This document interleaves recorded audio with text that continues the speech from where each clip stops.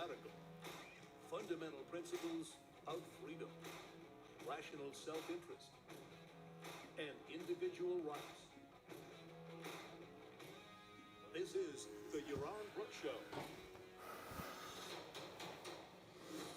All right, everybody, welcome to Yaron Brook Show on this Saturday afternoon. Hopefully everybody's having a fantastic weekend.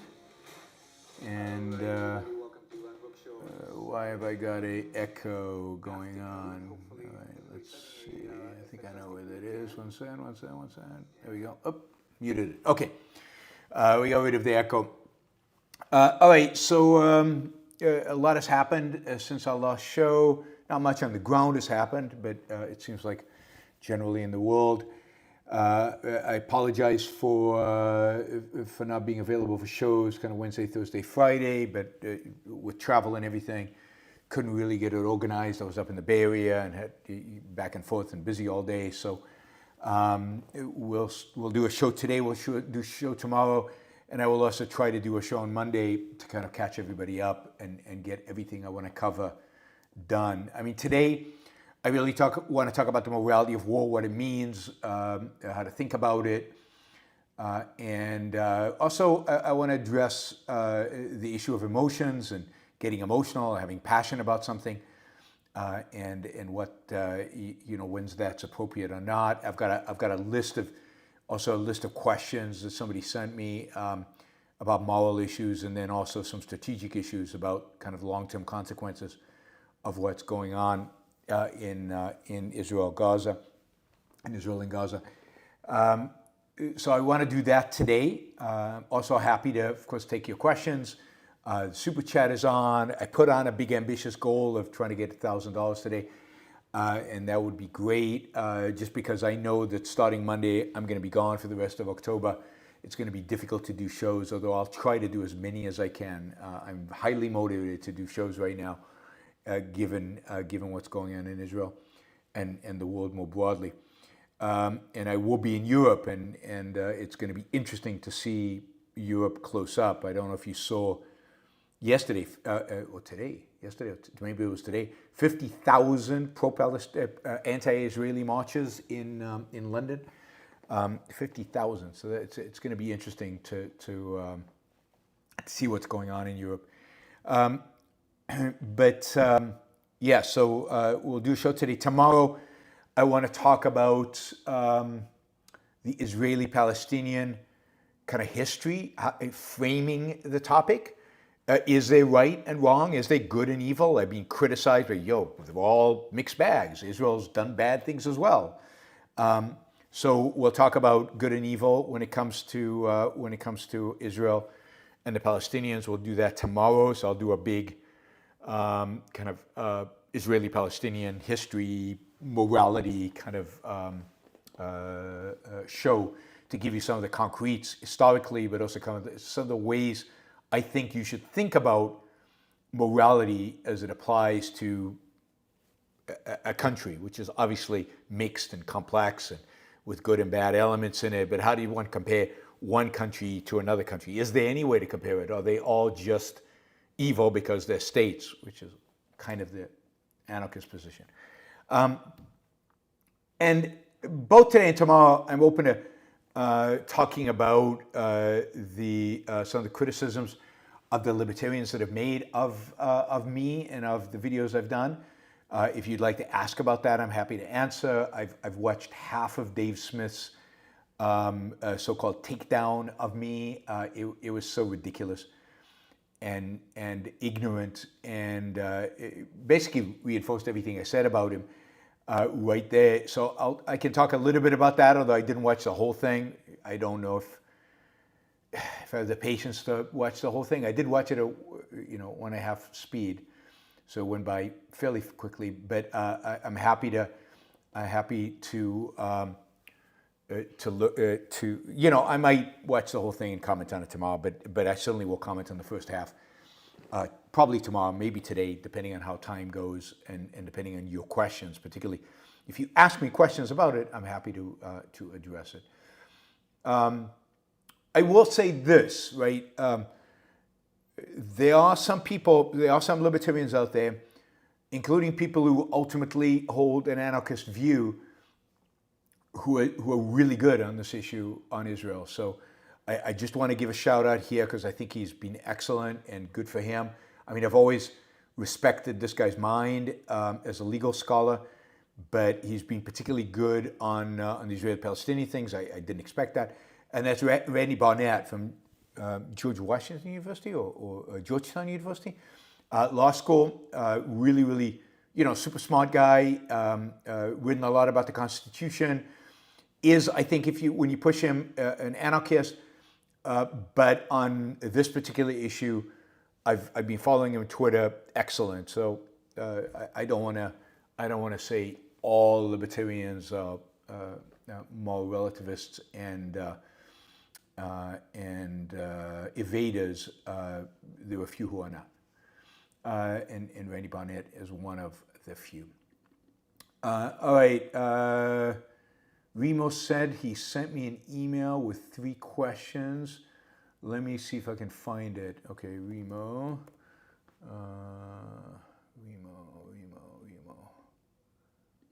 Questions. Yeah. Oh, there it is. He just sent it now, or a little while ago. Okay. Okay, I'm copying, pasting these questions. Remo did put $100 and something behind this, so I'm not playing favorites. It's legit questions. All right. Yeah, I mean the first question is more. It's related to the history. I might cover it tomorrow. What about the acts committed by the Zionist movement? Again, history. What should be Israel's policy regarding settlements in the West Bank? Okay. All right, we will get to all of that today, tomorrow. There's a lot to talk about, a lot we can't talk about, a lot I will talk about. All right, let's see where to start. I want to start really with the morality of war, how to approach thinking about morality when it comes to war, and how to think about morality when it comes to the state, when it comes to government. And the objectivist perspective, which is very different than the libertarian perspective. The objectivist perspective is that government is a necessary good. The objectivist perspective is that government is, that individual rights are a way to subordinate society to moral law, to morality. That individual rights is the concept of applying morality in a social context. How do we live together in a society? Not as a collective, but in a society. Individual rights are the way in which we live. And government is the only way in which we can apply the principle of individual rights consistently as a government. Now, few governments do that. Certainly few governments do it consistently. But that is the purpose of government, to apply the principle of individual rights, to make it manifest in the world, to bring it to the society in which that government is responsible for. It requires that the government have a monopoly over the use of retaliatory force. Morality requires that, because individual rights require that. This only way to protect individual rights is not to have a bunch of people running around with guns, defending their property, shooting at one another because they think other people have violated, but to have an objective system of law that regulates how force is used in retaliation, how justice is manifest in the world. That's why good governments have rules of procedure, rules of evidence, you're innocent until proven guilty. All of these things are ways to bring objectivity to the issue of figuring out who violated rights and then dealing with them appropriately. But these questions are complicated. It's not easy to figure out who violated rights. It's not easy to figure out how to build a case and to objectively show that they violated rights, murder, theft, or any kind of violation of rights. The world is complex. If it was always obvious exactly who violated rights, exactly how they did it, exactly who are the bad guys, then, justice and the legal system and the policing would be super simple, super easy, super straightforward, but they're not. And that whole process of chasing down the criminals, of figuring out who the bad guys are, and figuring out what the appropriate, whether they are bad guys and then appropriate sentence and how to deal with them, all of that needs to be done in an objective manner. In order to do it in an objective manner, you need to have a monopoly over the use of retaliatory force. That is required. So, so morality requires that governments exist. Good governments exist, not bad governments. But then, what is a good government? Or are there any good government? Can there be any good governments? Well, a few things here. Because I wrote in a tweet somewhere, I said, or in my article in Just War Theory, I wrote, a proper government does this, and people say, well, there are no proper governments, therefore it's completely out. But what do you mean by a proper government? I mean, there are basically two forms of governance out there in the world today. Put aside the ideal. There certainly is an ideal government, and we don't have that. We've come close a few times in a few places. But even today, there are big differences between governments out there. And there's generally governments that generally strive to protect individual rights. They do it very poorly. They do it very inconsistently.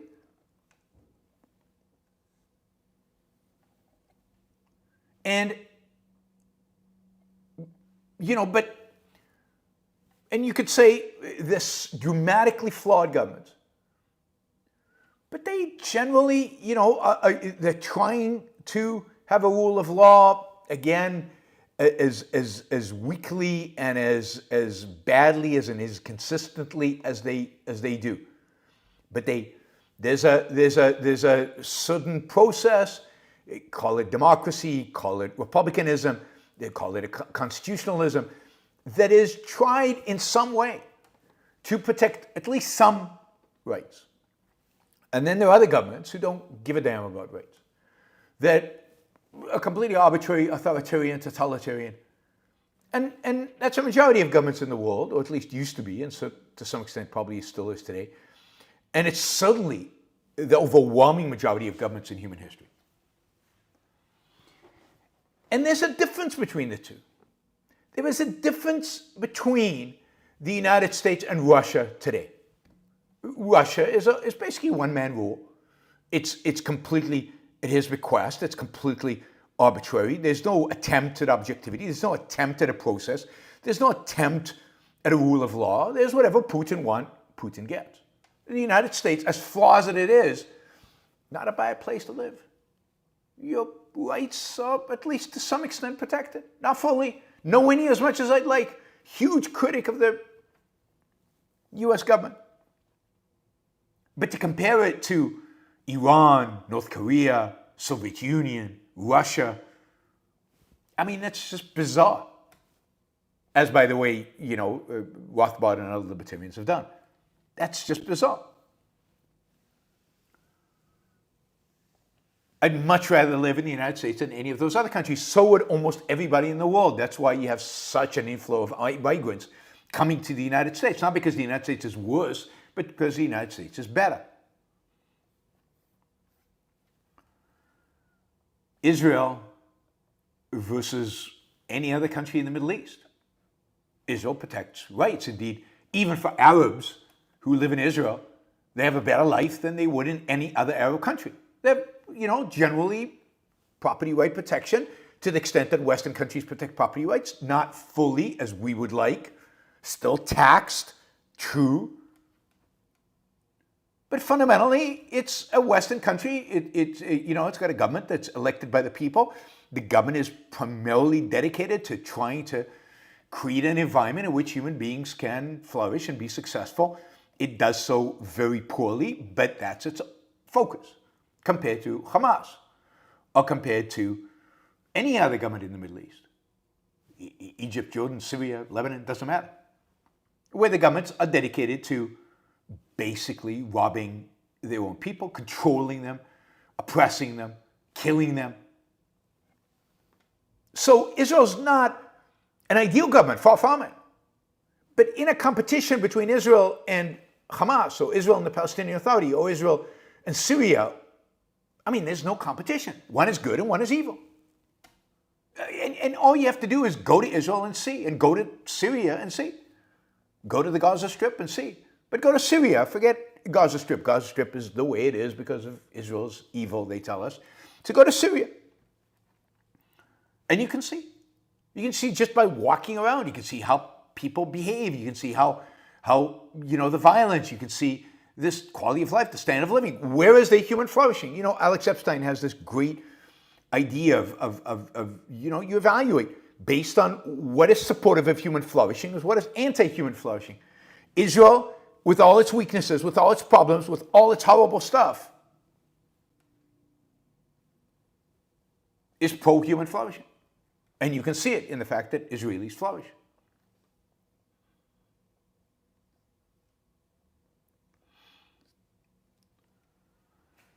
So to conflate the two, to view them as equal somehow, is disgusting. It's disgusting. It was disgusting when Murray Rothbard did it with the Soviet Union and the United States. And it's disgusting when Dave Smith does it between Israel and Hamas. And don't tell me he doesn't do it, because he did it. Not only did he do it in the tweet that he posted, but he did it in his critique of me saying that he did it. He denied it. But then he went on to do it again. Right? He says, what Hamas did is evil, it's horrible, it's terrible, it's disgusting, it's immoral. And then he says, but don't forget, Israel let's not forget, Israel's evil and horrible and all the stuff Israel, right? What is that if not moral equivocation? Dave is being objective? Dave is not being objective at all. Dave is morally equivocating.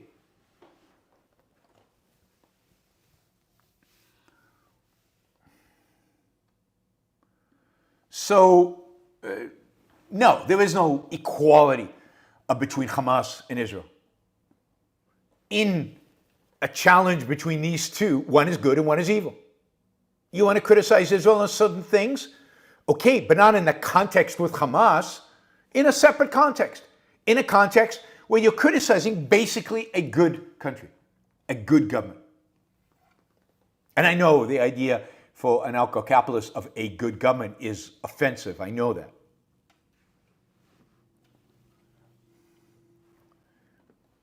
But if you can't tell the difference between the government of Hamas and the government of Israel, the government of Israel and the government of Syria, or the government of Israel even and the government of Jordan or Egypt, then you have no clue. You basically got your head in the sand. You're basically taking out your eyes on purpose. And you're letting your dogma, your anarchism drive your views rather than reality, rather than observation, rather than seeing what's going on in the world.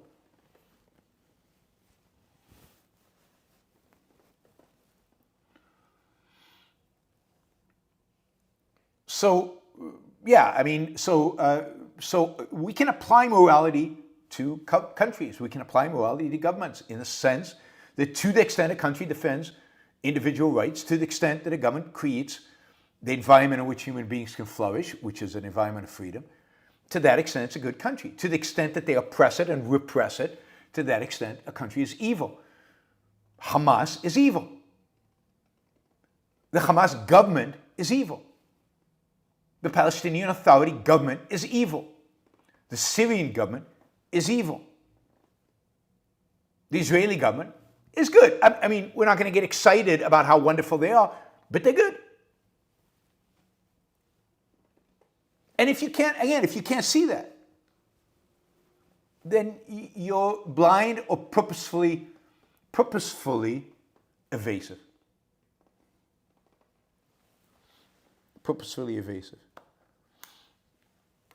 And that's what I think they are. I think they're purposely evasive because, again, even though they deny it, they reject any government. To say a government is good is anathema to everything they believe in.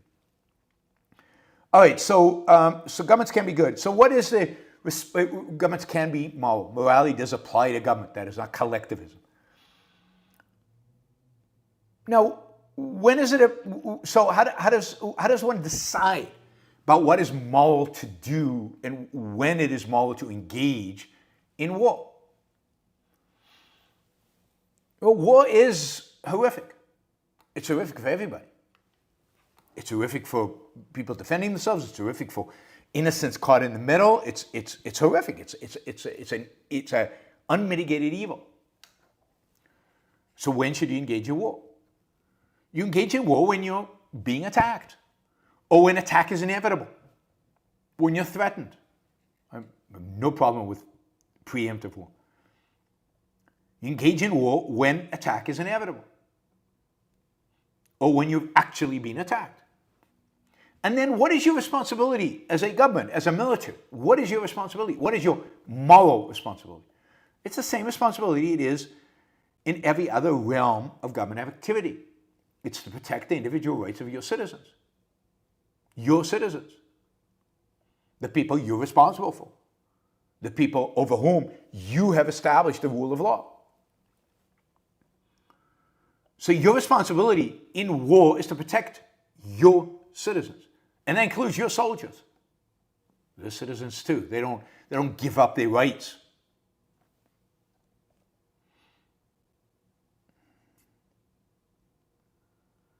So it's to defend your citizens from the initiation of force by somebody else. If force is initiated by a state actor or by a proxy of a state actor, then it is your responsibility to go to war to defend them and to prevent it from happening again. And in doing so, your concern should be only one, to be moral. To protect the individual rights of your citizens, which requires you to win. And it requires you to suffer the fewest casualties possible. It requires you to win while minimizing your own casualties. And that really is it.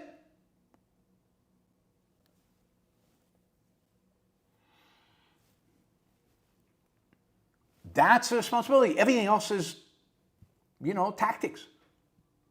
It's a question of, okay, how do I win? What is required for me to win? How do I take out this enemy? The issue of innocence is irrelevant. The fact that there are innocents on the other side, well, of course there are innocents on the other side. They're children. In every war, there are children. So I can't fight a war because the other side, the side that attacked me, has children and they might be killed in the process? I mean, that is insanity. That means you can never defend yourself. So the gangster comes and he kills your kids and he kills your wife, but he has kids. And he lives in a house with kids. And he never leaves home without those kids. And he drives in his car with kids. So you never fight back. You never take him out. You never shoot at him because you might hurt one of his kids. I mean, that would be insane. That is unbelievable altruistic. That is unbelievable rejection of the value of your own life. And for a government to do that, that is immoral because it is defaulting on its responsibility to defend its own citizens. So it's sad when children die. It's always sad when children die because they truly are innocent. But you can't not engage in self-defense because children might die. I mean, that would end it. If that were the standard, evil would win. And look, by you not engaging in self-defense, that's not like some kind of neutral thing. It's not like, and this is again, this anti-war libertarian BS. They think that if Israel doesn't defend himself, then peace will come. Right? If Israel doesn't engage in violence, then peace will come. But it's the exact opposite. If you don't defend yourself, all you're doing is emboldening the bad guys. All you're doing is enhancing their power. All you're doing is supporting their cause. And all you're doing is victimizing your own children. So more of your children are going to die. Because you wouldn't take the action necessary to defend yourself.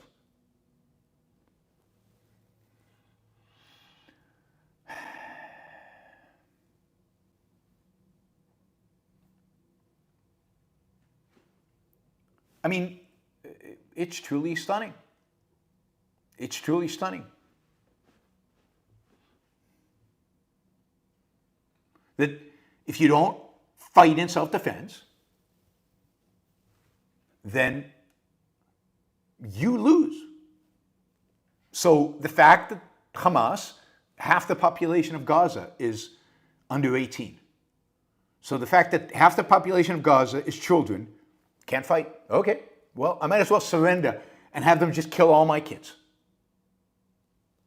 Or I'll just stay behind my borders and protective and just wait for the next attack. And I'll never strike them because, God forbid, I might kill one of their innocents. I mean, that is collectivistic. It's valuing the enemy's collective above the lives of you, your own life. An individualist would never think that way. If my self-defense requires me going in there and some children will die, then it's sad that they die, but they will die.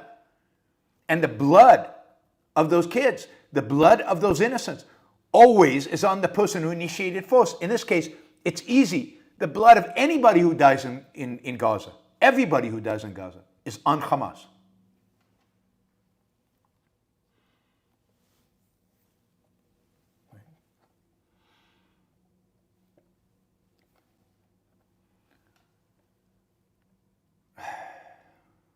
So, you know, morality of war dictates that you have to pursue your life, you have to pursue your self-defense, and if innocents are in the way of innocents inevitably going to die, if there's going to be collateral damage, then there's going to be collateral damage. And indeed, more than that.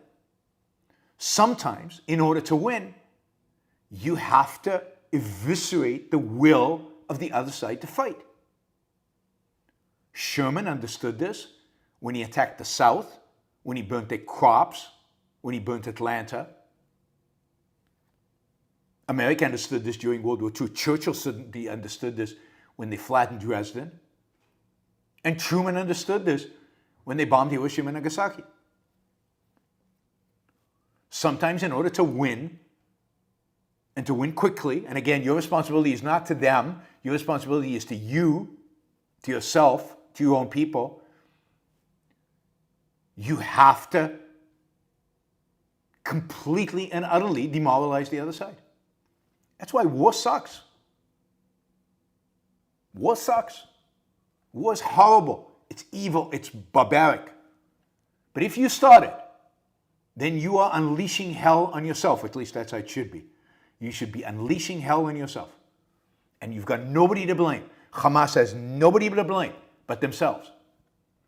They did this. As I said the other day, Hamas had complete control of the Gaza Strip. They could have turned it into Singapore. Indeed, Israelis investors were willing to invest in the Gaza Strip. Egyptians, Arabs were willing to invest in the Gaza Strip.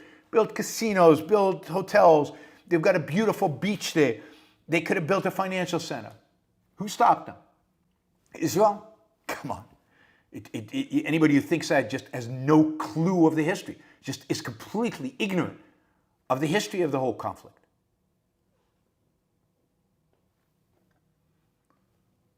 The Gaza Strip is the way it is because of choices the Palestinians are making for themselves. Electing Hamas. But it's not like the Palestinian Authority was a freedom-loving organization dedicated to individual rights. They have chosen political leaders who are evil and horrible, and they get the consequences of their choices. Not just Hamas, but the Palestinian Authority as well. It's an open-air prison because they built the fences. They built the walls. Of course it's an open-air prison when what you do is harbor criminals. What you do is at every opportunity, you cross the border and inflict as many casualties as possible on the other side. Open-air prison is disgusting. It's an open-air prison created by Hamas. It's an open-air prison created by the Palestinians. It's an open-air prison created by them. Nobody forced them to embrace their ideology and embrace the policies and embrace the violence that they have for the last, 20 years since the Gaza Strip became, quote, independent. To blame this on Israel is, again, it's evasive, it's ignorant, but it's evasive, and therefore it's just immoral.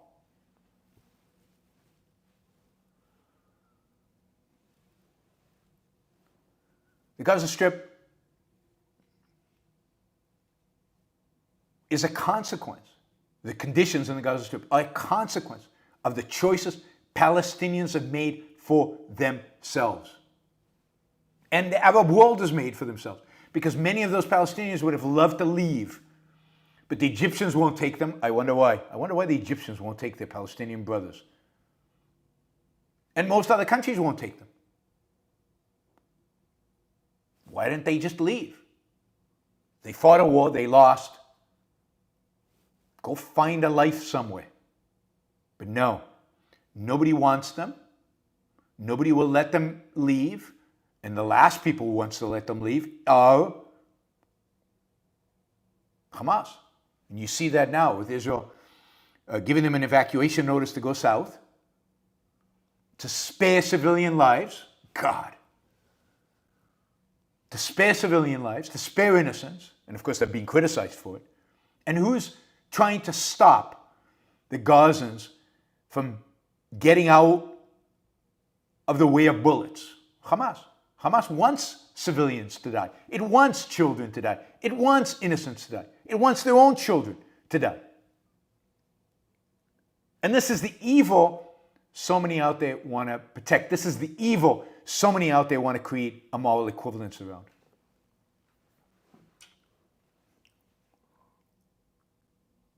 Of course they can leave. They've always been able to leave. They could leave through Egypt. Why doesn't Egypt let them out? They could leave through Egypt. They used to be, a long time ago, as I've said many times, they used to work regularly in Israel. 1 million Palestinians used to sleep every night in Israel. Why did that stop? Did it stop because Israel decided to be mean and create an outdoor prison? God, you guys, some of you guys are so ignorant. It stopped because those Palestinians, those people from Gaza, started to blow up buses and coffee shops and just slaughter people left and right.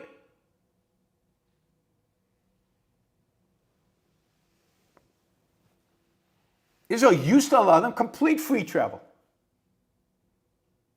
And the reward was violence. So you have to defend yourself. I mean, hundreds of people dying. Thousands of people dying. But, many Palestinians left and they went to Lebanon. And what did the Lebanese do to them? They put them into camps, refugee camps. And 30, 40, 50 years later, they're still in refugee camps. The Arab world restricts Palestinian movement, restricts Palestinian advancement, restricts the Palestinians much more than the Israelis do. But yes, ignore that. Pretend it doesn't exist.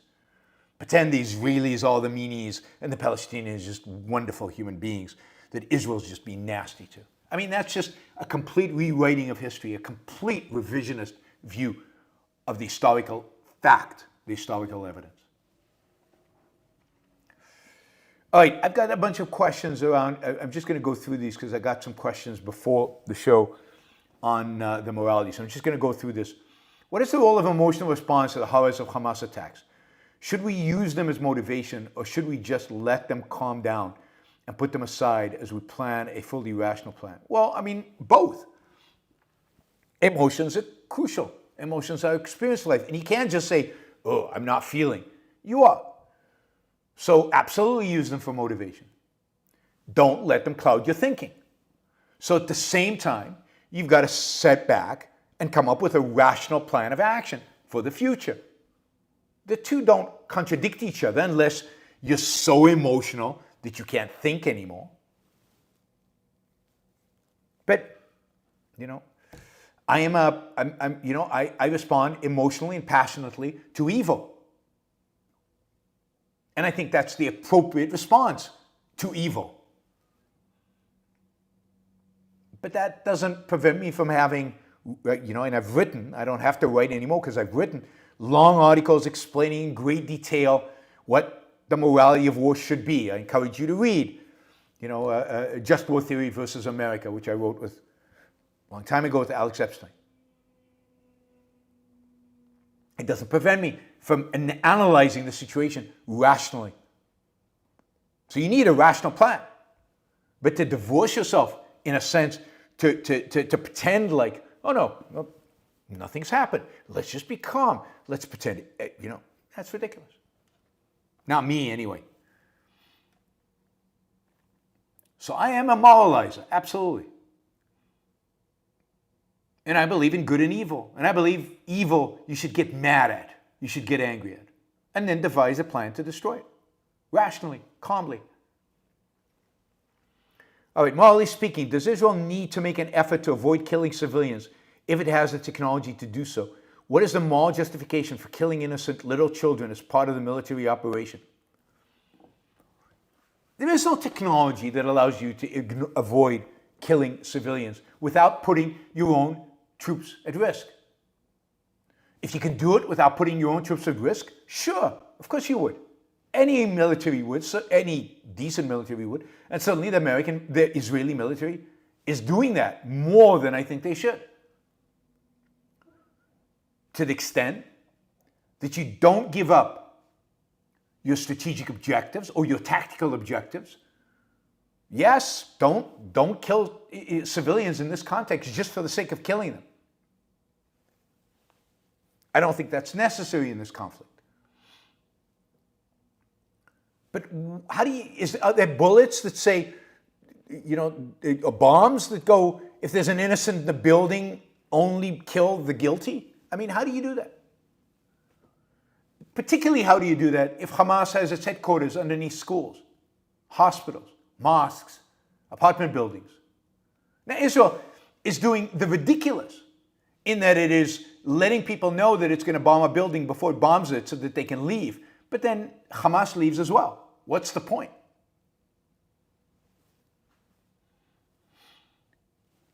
What Israel needs to do is defend itself. That's the standard. How many people die? I don't know. It depends on how Hamas behaves. I mean, look, the whole situation in the West Bank, in the Gaza Strip could end tomorrow. Hamas just has to surrender, hand over the hostages, and Israel will stop. If Israel, by the way, surrenders, then Hamas will just slaughter everybody in Israel. But if Hamas surrenders, Israel will not slaughter anybody in Gaza. And you can tell a lot about the morality of each side just by that. If one side lays down their arms, what will the other side do? And we know exactly what will happen in that context, Israel, Hamas. So morally speaking, the only job of the military, of the government, is to protect the individual rights of Israelis in this conflict, right? In this context. And it should not be concerned about the damage it does on the other side. There's no reason to kill civilians and innocents gratuitously, but neither is there any reason to risk the lives of your own people, which are being risked every moment that the Israelis are not over there flattening the place and going in. It's immoral to risk your own people in order to avoid hurting civilians on the other side. Again, the civilians on the other side are the responsibility of the other side. They started the war. They took their own innocence, their blood, their lives into their own hands. They are the ones that are morally responsible for their deaths.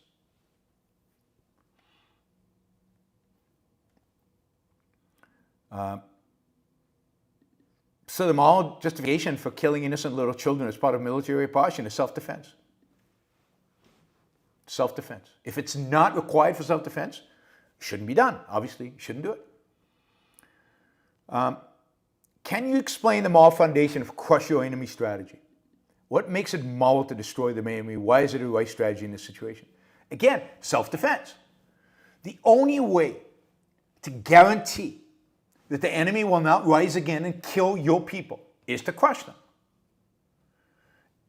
every time Israel has compromised with Hamas, and it has for 20 years, longer than 20 years, every time it's compromised with the Palestinians, it's been rewarded by more violence. Every time it's cut a deal, every time it's done anything less than crush the enemy, more violence has erupted. More Israelis have been killed.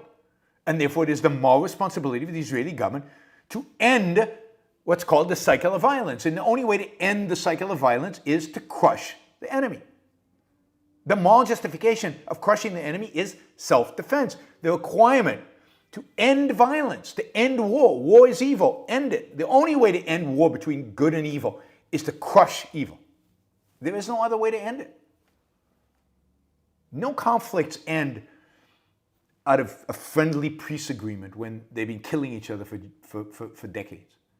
World War II ended, and it in a sense ended war in Europe, at least until recently, because Germany was crushed, unequivocally crushed. Unequivocally crushed. The only way to end the war with Hamas is to crush the Hamas.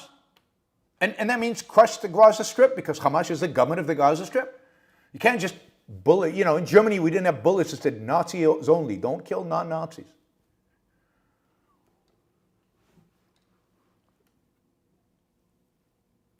There's no difference between fighting the Nazis and fighting Hamas.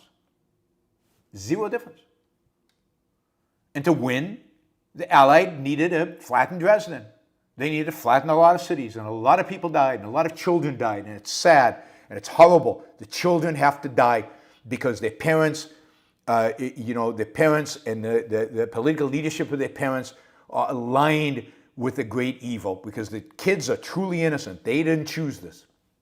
But that is life.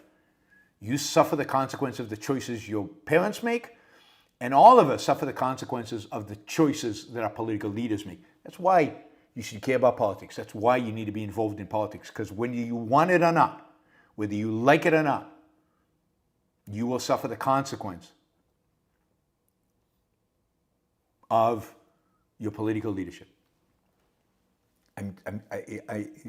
Somebody says, sad to see Iran acting so irrationally. Am I acting irrationally? I'm curious. What did I say or do that is irrationally? Acting irrationally. Where's the irrationality? We'll get to Iran. Something has to be done with Iran, but that's not the local question, right? What option is there? I'm curious. So somebody's just come in to your country and they've killed 1,000 young people, innocent people going to a music festival, not with no weapons. They just slaughtered them. They raped them. They tortured them. What should be the response? Should be the response, Israel should say, sorry, yes, we understand, you're upset at us, what could we do to appease you? Is that the response that Israel should engage in? Really? One of the interesting things, just as an aside, because I saw something here and it reminded me. Have you guys seen the treatment that Ben Shapiro is getting from the right? Have you seen Tucker Carlson's interview with Vivek? And then Ben Shapiro criticized it, and how the right has gone after Ben Shapiro? How all the anti-Semitism that's built up there is just being targeted at Ben Shapiro? God, disgusting.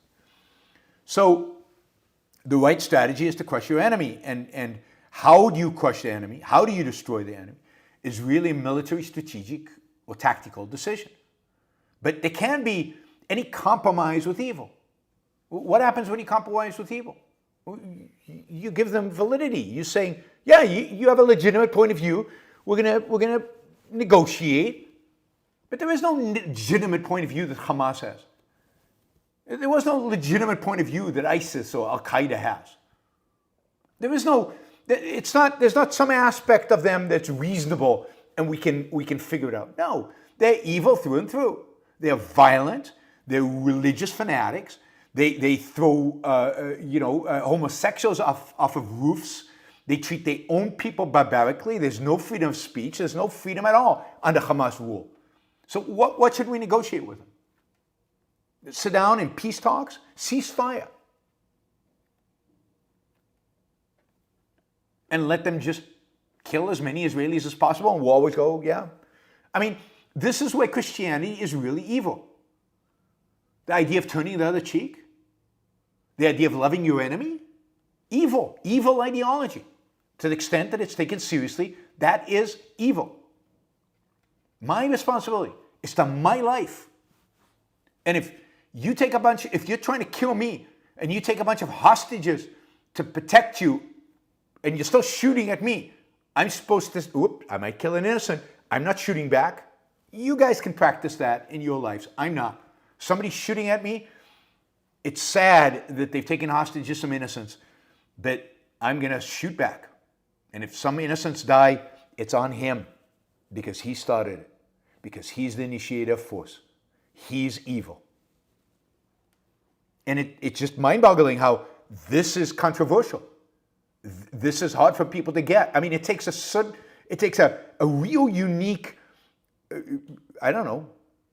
brain dead attitude. It takes a real unique moral confusion, evasion, to not see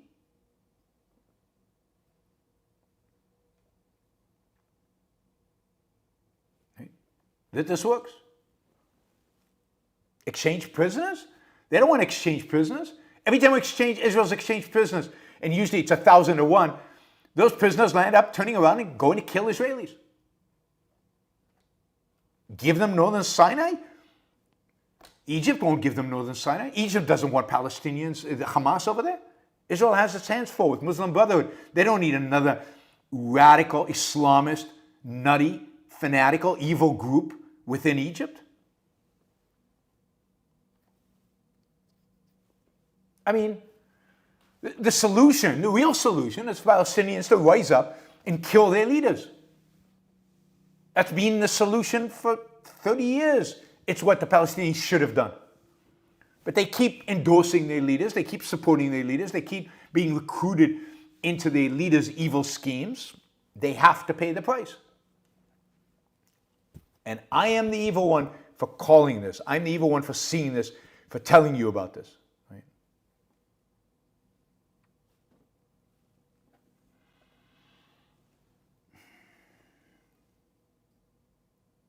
Can you explain the concept of an individual losing their individual rights if they violate them? If they lose it, how do they lose it? How much do they lose? All rights? For how long? Is it proportional to the crime? I mean, I think it's proportional to the crime, but clearly they lose their rights. This is why a police can arrest a criminal and use force against them. Once you initiate force, you lose any claim to your own rights, at least in proportion to the way you violated rights. I mean, that's how rights are set up. Rights are not some metaphysical thing inside of you. Rights are conditions, are the conditions under which human beings can survive in a social context. But the only way to enforce those rights is to use force against those who violate them. So by violating rights, you're basically saying, yeah, rights don't matter. I don't recognize them. And therefore, nobody has any commitment to recognize yours.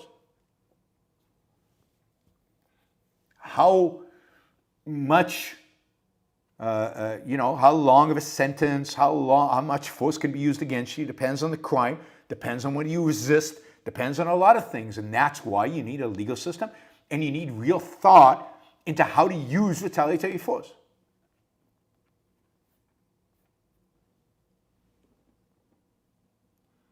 So rights are not a part of you that you lose.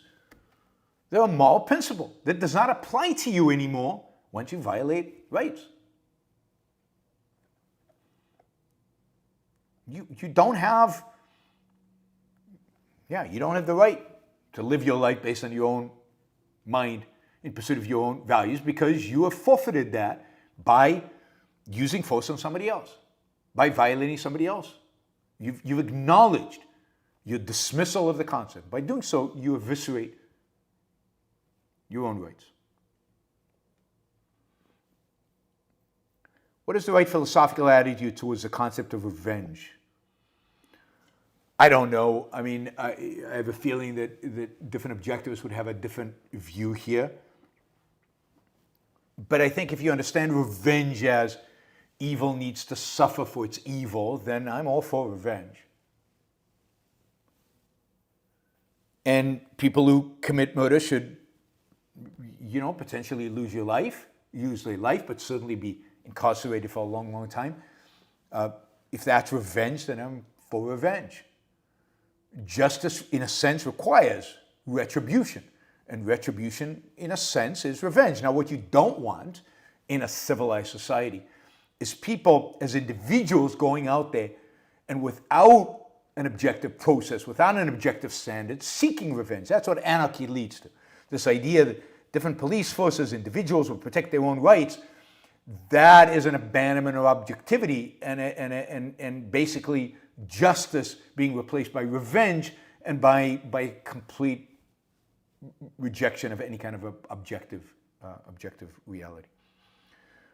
All right. Okay. Final question on this one, and then I'll take some of your questions. We have a lot of those. Can you explain why force is the ultimate evil? Why can't you negotiate with a bully? Well, you can't negotiate. Force is the ultimate evil because human life requires your ability. Human life requires your ability to think and to act based on those thoughts in pursuit of your values. Human life requires that. It requires thinking and acting. What force does, it then negates both. It places you under the constraint of somebody else's values. You have to do what they say. Force is a means of disrupting your mind and disrupting your actions.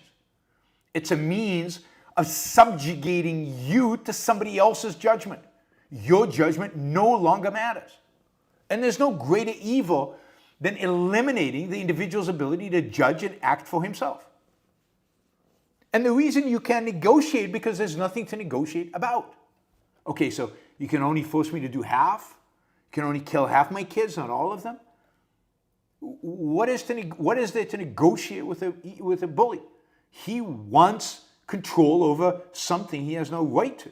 He wants control over your life, over your mind. And I mean, it would be immoral for you to give him control over half of your mind, half of the time, some of the time. So what is the negotiation? The only options is for you to take action to stop the bully, if the bully to take action to stop himself. That's it. He has to stop. One way or the other, he needs to be stopped. There's nothing else.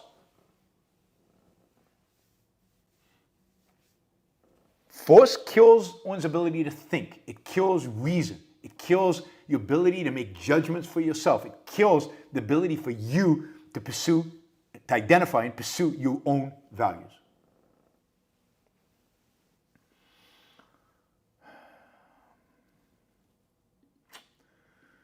All right.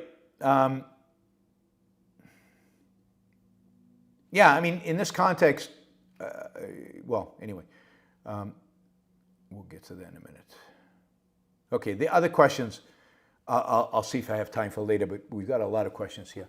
Okay, Remo sent an email with 3 questions, so let me take the 3 questions Remo sent.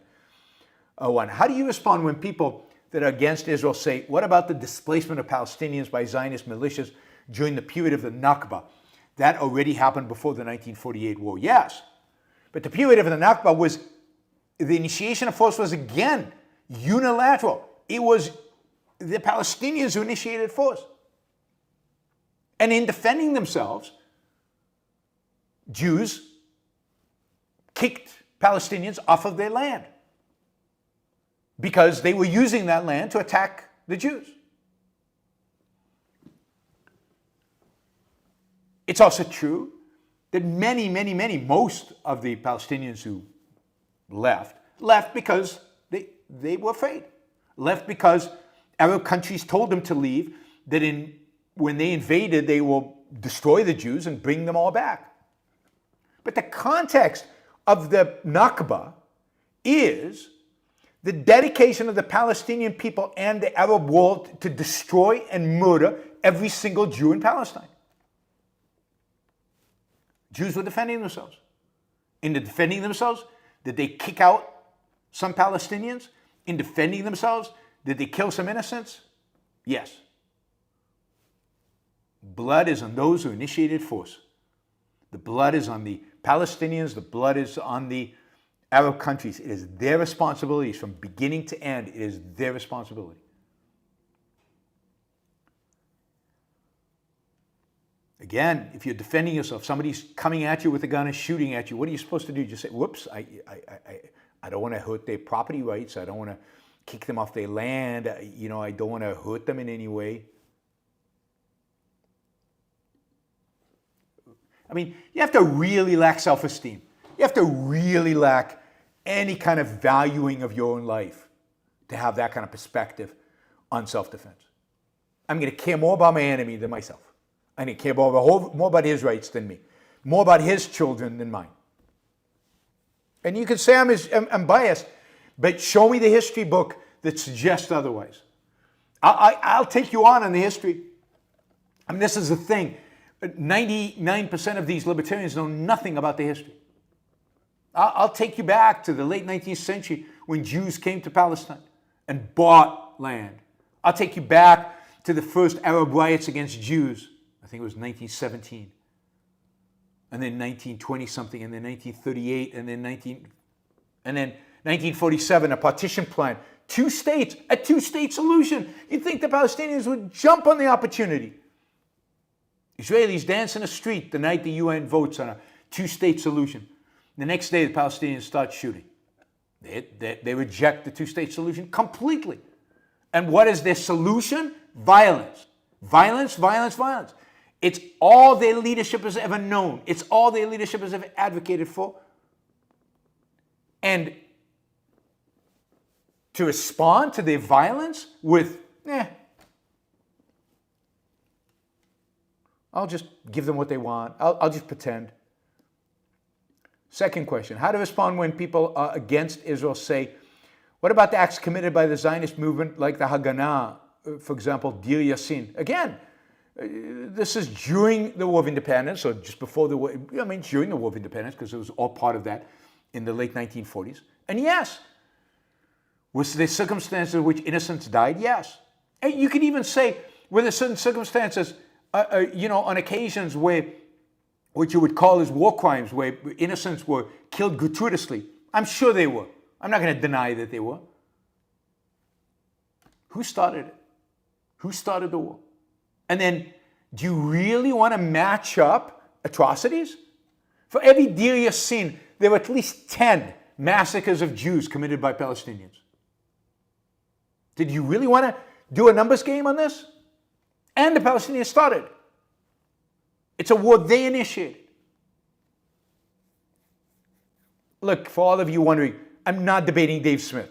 Dave Smith is not worthy of debating. He is an ignoramus. His moral relativism is disgusting, and I will not debate him. So it's not going to happen. So you can argue and you can call me a coward. I don't really care. It doesn't matter to me one way or the other. But I will not debate Dave Smith on an issue that he knows zero about. He is too ignorant to be wrong on this. He's ignorant and dumb about it. He has no conception of morality, and he has no conception of history or current events, what's going on the ground. I don't debate people like that. What should Israel's policy regarding settlements in the West Bank be? I mean, that's a much more complicated question. Because settlements is much worse than Yaron Hazoni. He's 1,000 times worse than Yaron Hazoni. I'll take Yaron Hazoni over Dave Smith anytime. Anytime.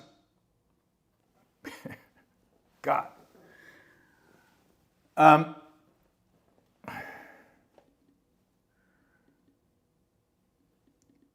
what should Israel's policy be regarding settlement? This is a more complex issue because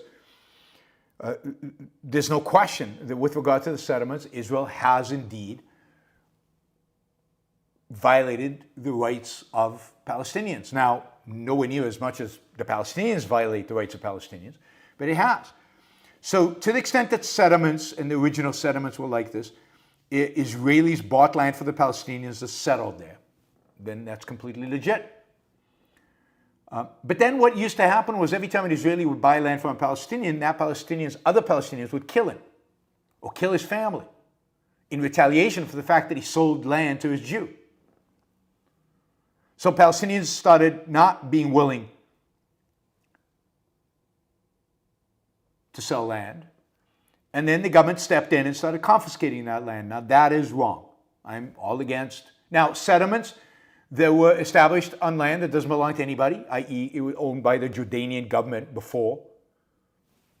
Doesn't own by anybody, so why not have it settled by people? And by the way, the whole issue of settlements, at least used to be, again, it's become so associated with the religious right in Israel that it's horrible. But it used to be that when Israelis settled in the West Bank, they brought jobs, they created industry, Palestinians worked for them. I mean, this was a good thing. Why is it a bad thing if Jews settle among you?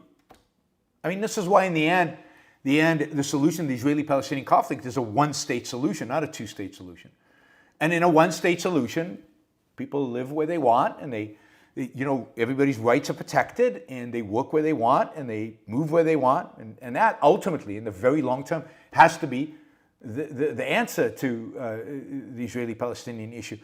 But why is it wrong for Jews to settle among Arabs any more than Arabs settling among Jews? I mean, you drive around Israel, and the Arab settlements all over the place. Now, you could argue they were there first, but they haven't been kicked out. They haven't been ethnically cleansed, supposedly in this, what they call an apartheid state. I mean, it's just nutty. So why can't you have settlements? What's wrong with settlements? All right, let's see. Wes, the more uncertainty I see in people reminds me of how valuable objectivism has been to my life. It is such an important tool to clarify thinking. Thank you, Wes. I think that's absolutely right. The objectivism really clarifies these issues and makes them real and improves one thinking about it. Mike says, thanks, Yaron, for your defense of Israel and condemnation of the evil they are facing. Thank you, Mike. I appreciate the support. Zvika says, give Gaza the Dresden treatment. That's Israel's moral obligation. I agree. I think that it's this idea that what they're doing right now is primarily it's to appease their own left, and it's to appease the international community. But the idea that it's inappropriate to carpet bomb is just wrong. In self-defense, sometimes that's what's required. All right, Shazbot wants me to review Star Trek: The Wrath of Khan. If I remember right, that's the best Star Trek movie. So I haven't watched that in a long time, so I'm looking forward to that. Let me just copy paste that. All right, I'll copy paste it into the right place later. Thank you, Shazbot. Really appreciate the support. All right, let's take these $20 questions one by one. Andrew says, people are still killing over make-believe. Is that proof of Kant's success? More broadly, how do you view the philosophical cause of this event? Well, the philosophical cause of this event is Israel not being willing, on the one hand, Israel not being willing to declare evil as evil, Israel not being willing to fight in self-defense, appeasing its enemies. Now, what are the origins of that? The origins of that are certainly Kantian. That creates kind of the skepticism, the moral uncertainty, right? But everything today, the woke, the postmodernism, but fundamentally it's altruism. It's altruism that comes from Christianity and entered into Israel through Christianity. Oh, I have another question I forgot from the other list that I need to get to. that has entered into Jewish thought through Christianity. It's the whole love thy neighbor, turn another cheek, altruism.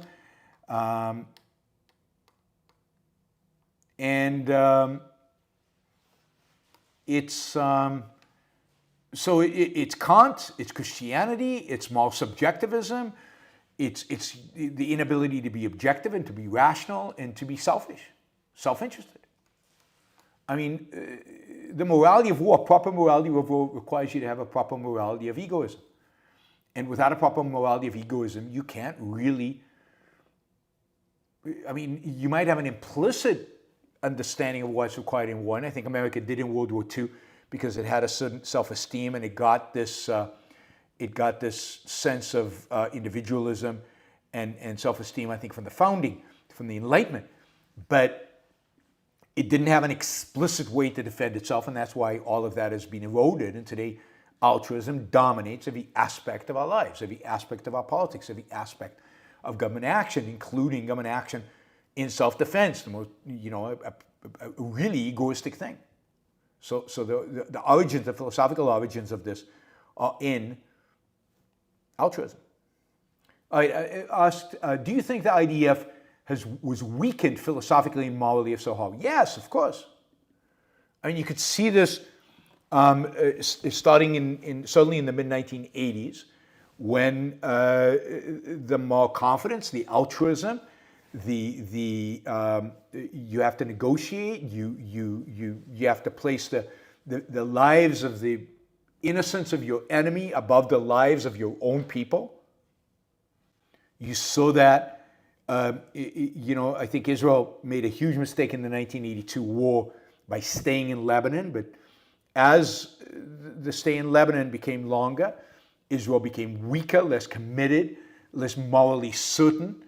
The IDF is basically being influenced by the same books that West Point has been influenced by. Just War Theory by Michael Walzer is a horrific book, basically integrating altruism into war. So read Walzer. He basically takes Just War Theory that goes back to Augustine and a long Catholic Christian tradition, and has secularized it and brought it into the American military. And the same thing has happened in the IDF. That's what they study. They study just war theory. They study rules of engagement, tie the hands of your soldiers up. And you saw that in the various wars in Lebanon versus Hezbollah in the 1990s and 2000s. You saw that in the various dealings with the Palestinian Authority. You saw that in the first Intifada, where in response to violence, Israel started using rubber bullets. And that was the first real indication of Israel's weakness.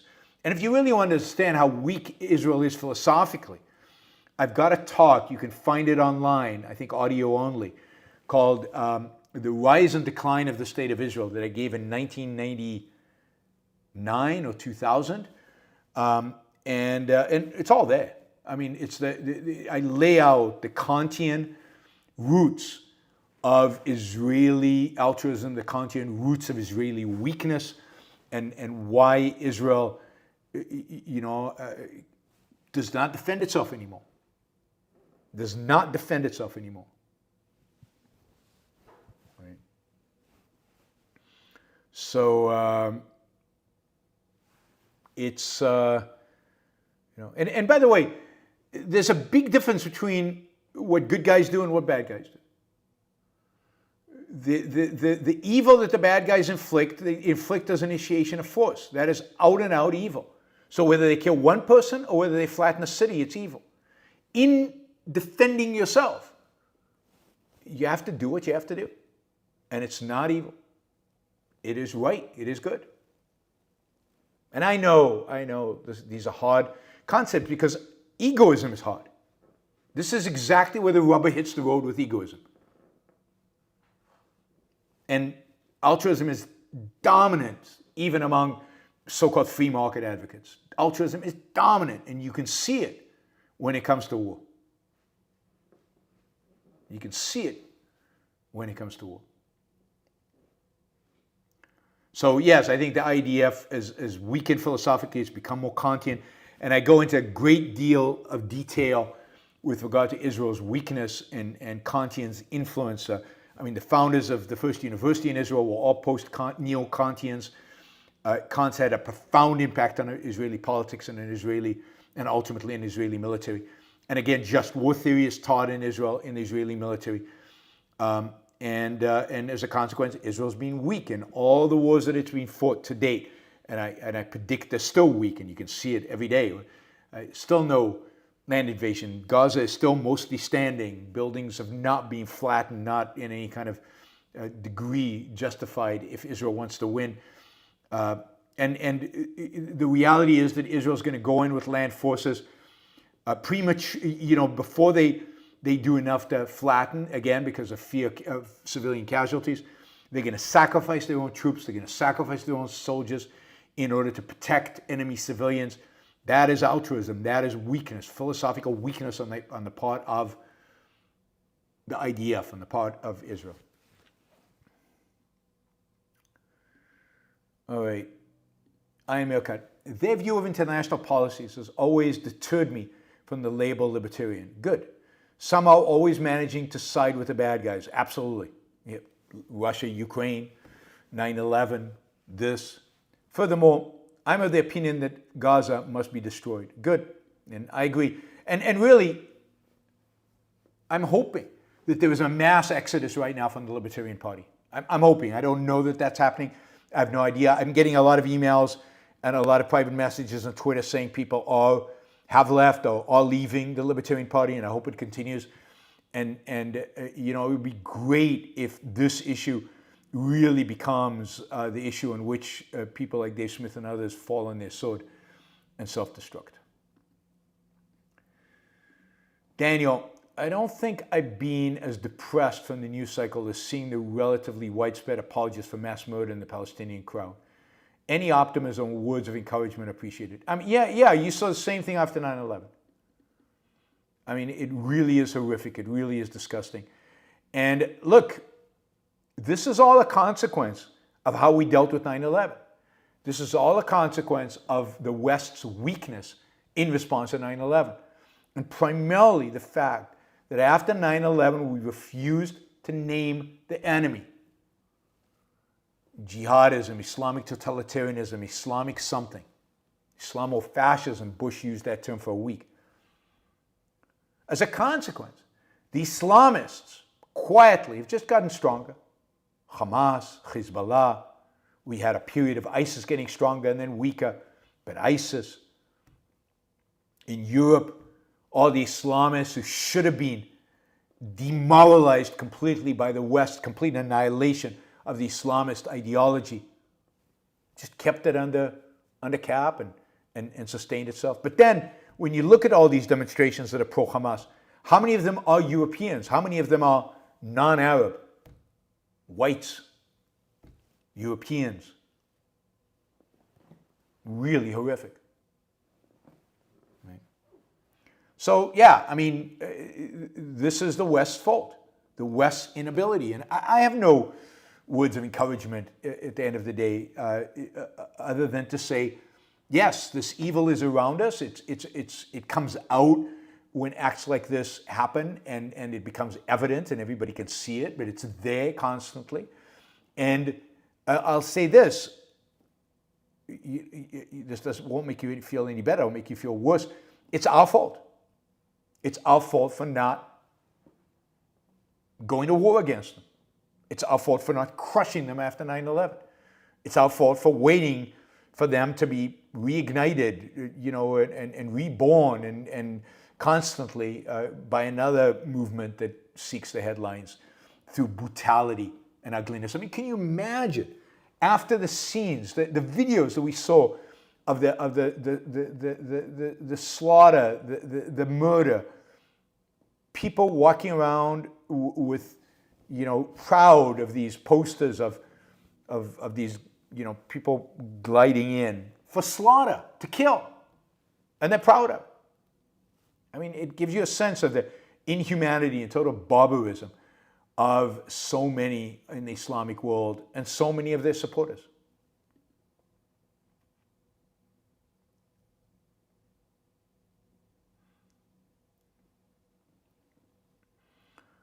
All right. Ryan says, when 50,000 people march for an evil cause, people say that's a disgrace.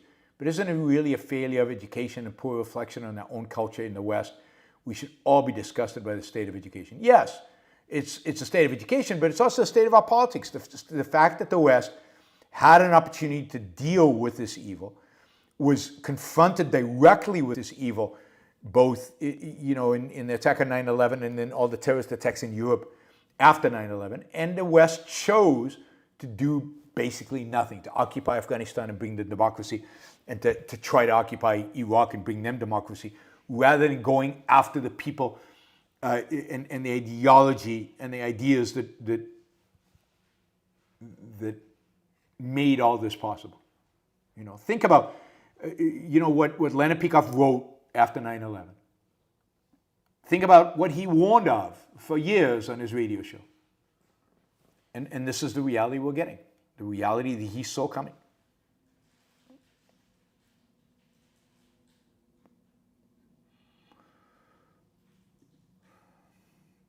QT Santos.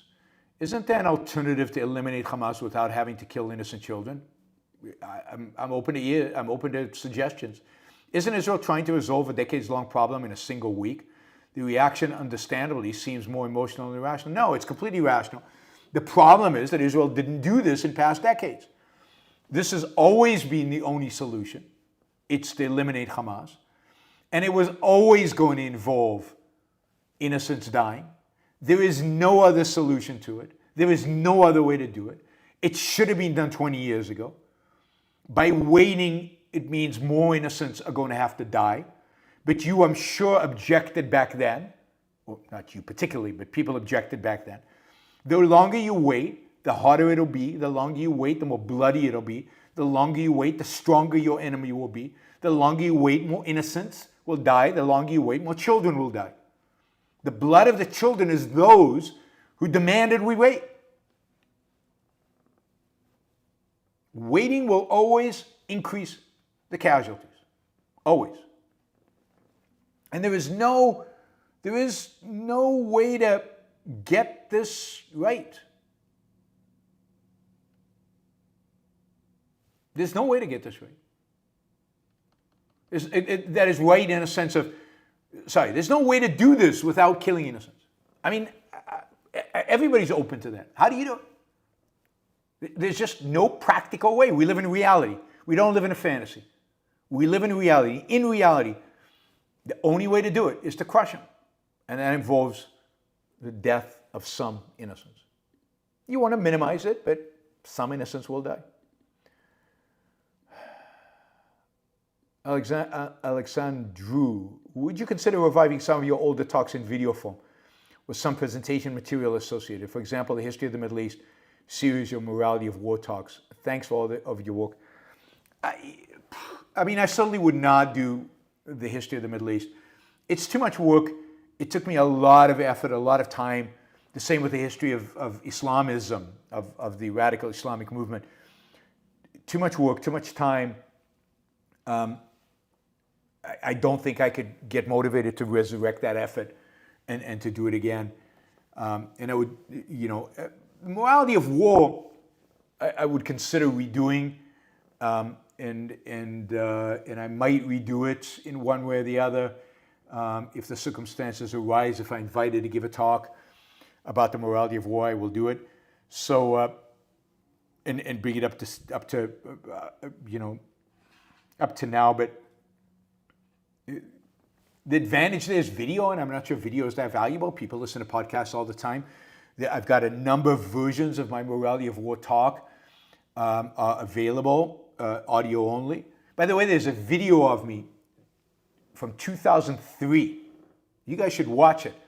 2003, during the Second Intifada. I'm talking about the Israeli-Palestinian conflict and the pressure the Bush administration is putting in Israel to negotiate. God, was I pathetic in that video. You should watch it.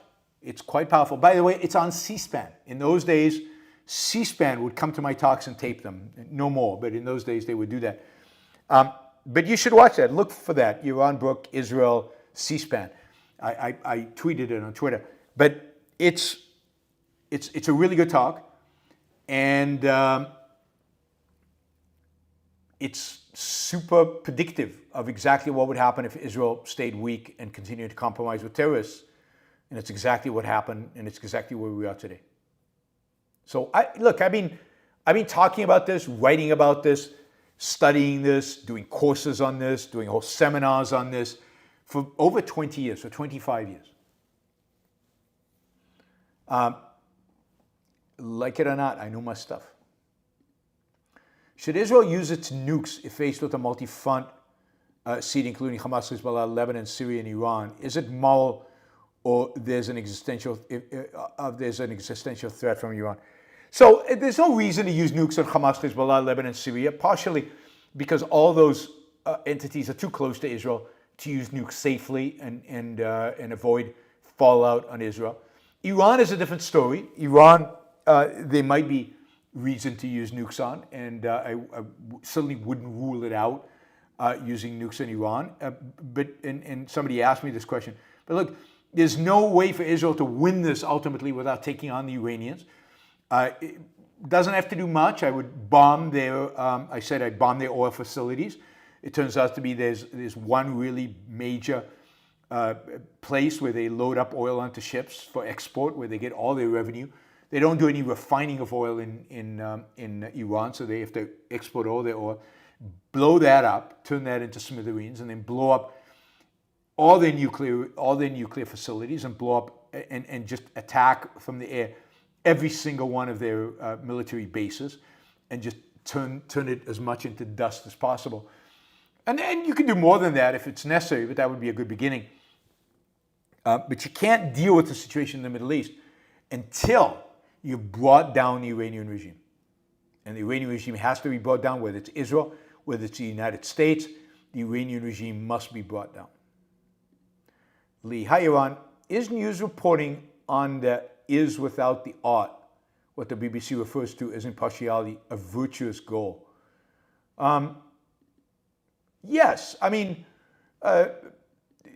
in terms of the actual reporting, it should be, and then there's commentary that gives you the art. So it should be impartial. I mean, the BBC, it's a bit of a joke because the BBC is the least impartial of all the news shows, particularly when it comes to Israel. They are obscenely anti-Israel and always have been.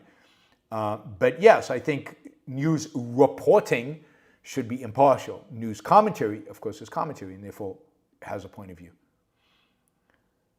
Alex, do you think with all the evil, the war is also an opportunity to wake up and rediscover the values of the West? Do you think this happened with Ukraine and might happen with Israel?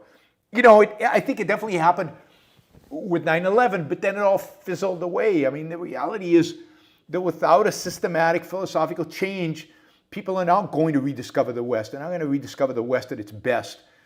We need real philosophical change. We need to replace altruism with egoism, mysticism with reason. There are no shortcuts. So yes, there will be a little bit of remembering who we are, a little bit of they are the enemy, and the enemy is barbarism, and the barbaric enemy is are these Islamists. But how long will it last? How deep does it go? I worry it's shallow.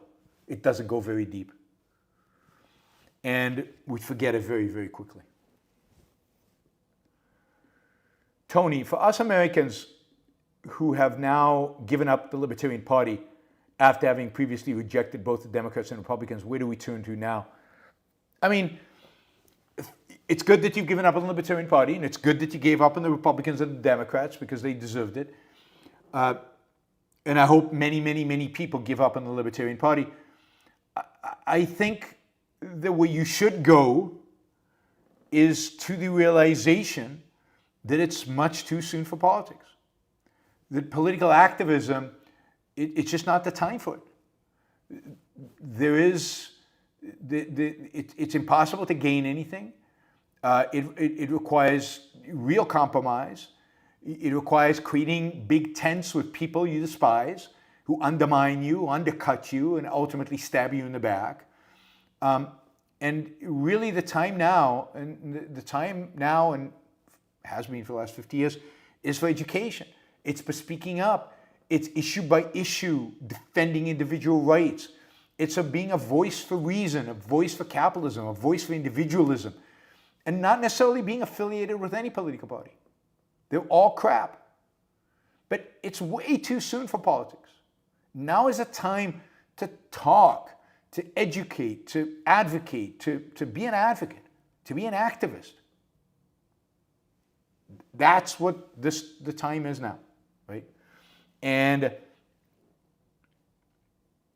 yeah, so I'd say give up on politics in that sense, in that narrow sense, of being affiliated with the party. You can still find specific candidates that you like. They might be Democrats, they might be Republicans, they might be Libertarians on particular issues. I doubt they're Libertarians, but they might be. And just deal on the particular issues with them, but don't deal with a party qua party. Reject political parties for right now, because none of them are good and none of them are going to be good for a long time until we do a better job educating people about the good. Mark says, thanks for being one of the, sadly, few sane moral voices, especially now, but always. Thank you, Mark. Really, really appreciate that. Adam, after Israel's total victory in 1967, why didn't Israel follow the successful example of how the U.S. dealt with Imperial Shinto Japan after its victory in World War II? Well, look, you cannot extrapolate from, the United States, the mightiest military force in all of human history, to a small country like Israel. Israel did not have the capacity to occupy Egypt, occupy Jordan, and occupy Syria, although there was at least one objectivist who at some point advocated for that kind of occupation. Israel is not positioned to do any of that. It doesn't have the manpower, it doesn't have the resources, it can't sustain it for very long, economically, financially. It cannot bring that kind of defeat to its enemy. It's too small.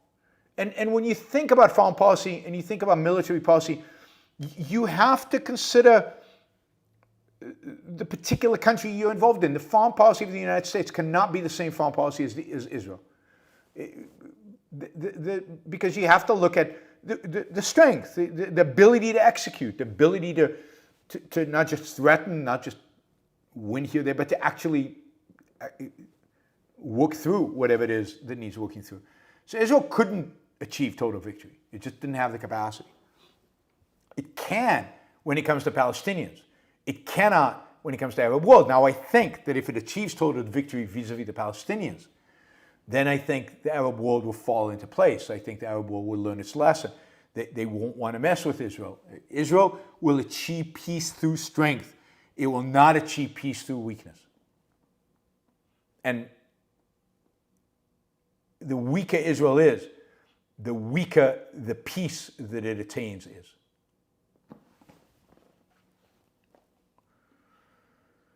Spyman 3000, unrelated, but who would you say are the leading voices in expanding on the politics of objectivism? VOS, Virtue of Selfishness, says that the specifics of a voluntary society should be left to political scientists. So where are they? I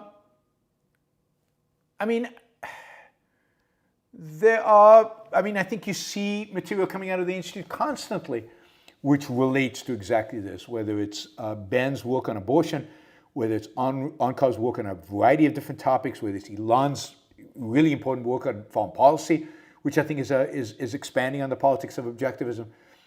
My work on current events and analyzing them and providing solutions, or Augustina's work on immigration, all of those are applications of the politics of objectivism and expanding them into new fields. And there will be more and more and more of that as we have more and more intellectuals, applications. Harry Binswanger's work on, whether you agree with it or not, on immigration, on gun rights, on other things. And of course, Leonard's years of commentary on 9/11, on foreign policy, on other domestic issues, have all expanded the policies. And the Ayn Rand Institute has put out books, for example, free speech. We've done a lot of work on free speech, written a lot about free speech, the books about free speech. And then there are philosophical books. If you look at Greg Solomieri's companion and Alan Gotthelf's companion to Ayn Rand, and then there's a book published by University of Pittsburgh's Press on a philosophical level on the objectivist politics, which expands as an essay there by Darrell Wright on a great essay on why force is evil and what is it that force exactly does. And there's an excellent essay by Greg Solomieri that one of the things he does is explains the need for government, why government isn't necessarily good, and the evil of anarchy, of so-called anarcho-capitalists. There's a ton of this kind of work out there, a ton of it. And some of it is, unfortunately, in books that are hard to access because they're very expensive, university press type books. But a lot of it is on the pages of the Ayn Rand Institute website. And if you subscribe and you're a donor, you would get a lot of that information. Dennis, do you think expressing support for terrorist organizations should be illegal? Well, it depends. If you're just expressing it, yes, I think it should be. I think it should be legal to express support. Once you start funding it, recruiting for it, acting in a way that is supportive, materially, physically supportive of them, that should be illegal. That should be aiding and abetting the enemy, and you should go to jail for that. Frank says, should Israel emphasize consideration of the Gazan population's surrender to undermine Hamas's suicidal totalitarianism? Yeah, I mean, Gazans who want to surrender, I think, would be accepted. If Gazans start marching towards Israel with their hands up, hands behind their back, there'll be frisks and everything. And my guess is that Israel will set up refugee camps on the Israeli side and take care of them. So Gazans are welcome to surrender. Although, if they're found to have participated in the massacre, they should be prosecuted. If they're found to have celebrated the capture of the Israelis and the Israeli massacre, they should be prosecuted. But if they're truly innocent and they have no role in any of this and no role in what Hamas has done, and they've never supported Israel, we'll accept them and host them until this thing is over. So Israel should emphasize that Palestinians are welcome to surrender to its troops. And I don't think Palestinians would, because they become traitors in the eyes of Hamas, and the Palestinians don't believe the Israelis are going to destroy Hamas, so they're worried about that their own people will kill them for surrendering. And, notice right now that Israel is encouraging civilians to go south so that they don't die, and Hamas is telling them not to go so that they will die. Hamas wants its own people to die. I mean, who is more interested in civilian casualties in the Gaza Strip, Israel or Hamas? Clearly Hamas. They want to use it as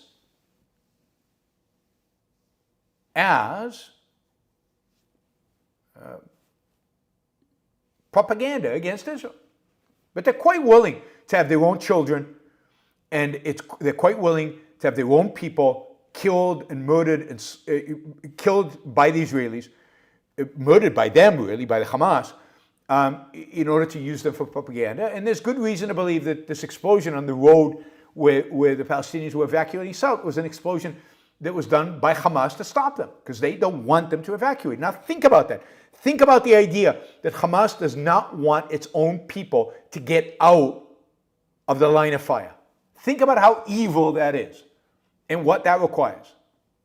And if you don't believe that's true, then you're clueless about Hamas, you're clueless about the Middle East, you're clueless about the situation right there.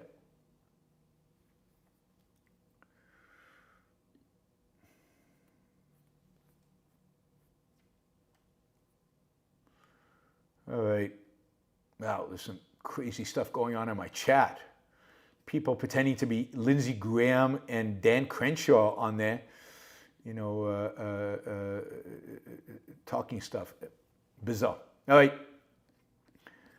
All right, we got a bunch of $2, $5, and $10 questions. Thank you for all the support, by the way. You guys have been just amazing this last week. So thank you, thank you, thank you. I really take it to heart. This is a great counter to all the hostility I encounter constantly on Twitter. Maybe I should just stop. No, and I like poking them. I like poking the nest and seeing what happens. Daniel says, it really seems Ben Shapiro has been influenced by you in regards to foreign policy and the morality of war. I wouldn't be surprised. He was influenced by me in the old days by my views on capitalism.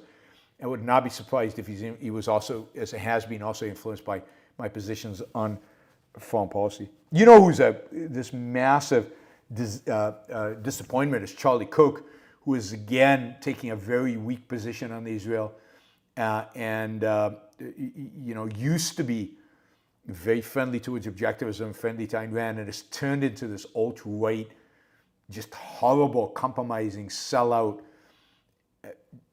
just horrific, new right kind of personality. David says he likes it when I poke them too. Yeah, I mean, it's really cool to poke them and see how they all go apoplectic. It's kind of fun. And look, the reality is that Twitter is not a place to have irrational arguments. It's not like you have to have an irrational argument. All you have to do is poke and see what happens.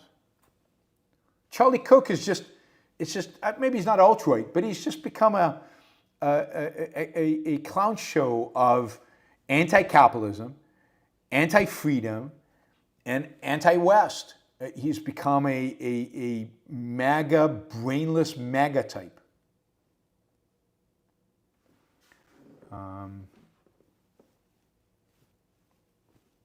Who knows?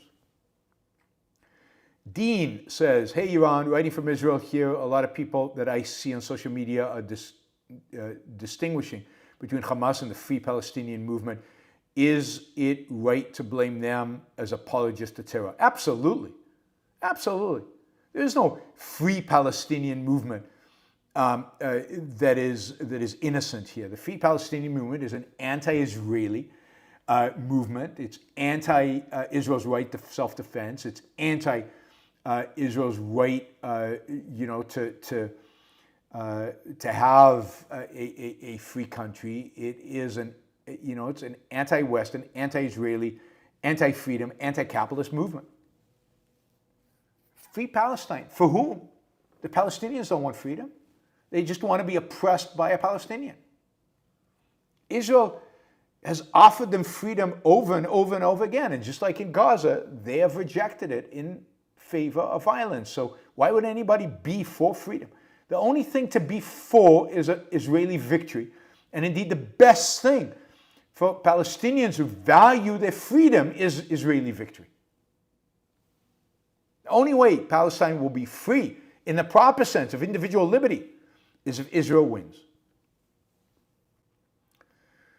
Tony Talks Back says, I have divorced myself from the Libertarian Party. Thank you. And I have you to thank for it. Israel must triumph over Israel. I'm not Jewish, but I stand with their people. Thank you, Tony. I really appreciate it, and I'm glad you divorced them. And again, my call out to everybody, divorce these people. Get out of the Libertarian Party. Make this the end of a Libertarian Party. It's been taken over by the nutcases, but it was never that great. But it's been taken over by the nutcases. Make them pay. Make them pay. I found it interesting that the Wall Street Journal actually had an op-ed defending Israel from Walter Block, one of the worst anarchist libertarians out there. And he's written a book, I guess, on a classical liberal's defense of Israel.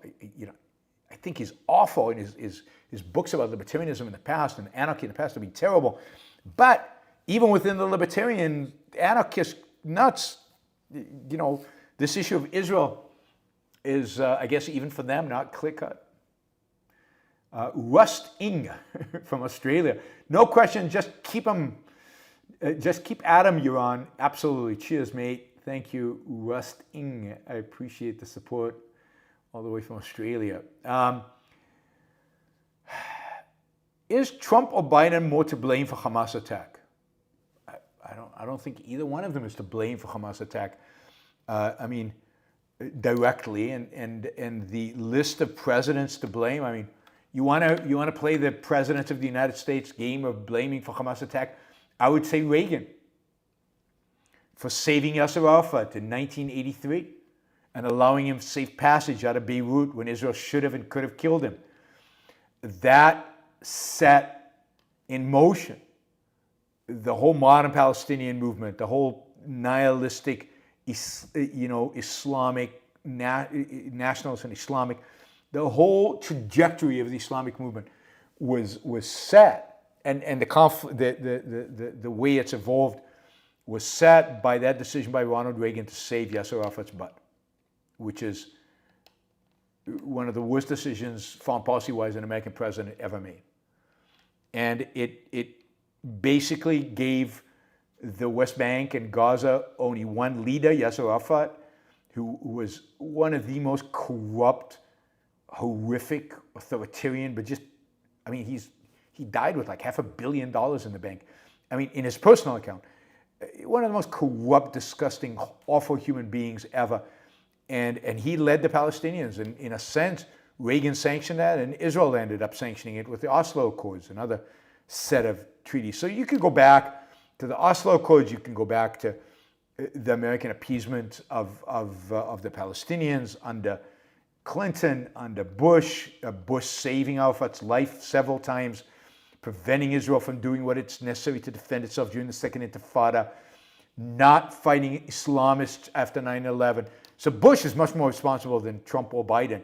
But Trump and Biden are both partially responsible, absolutely, because they continued that tradition.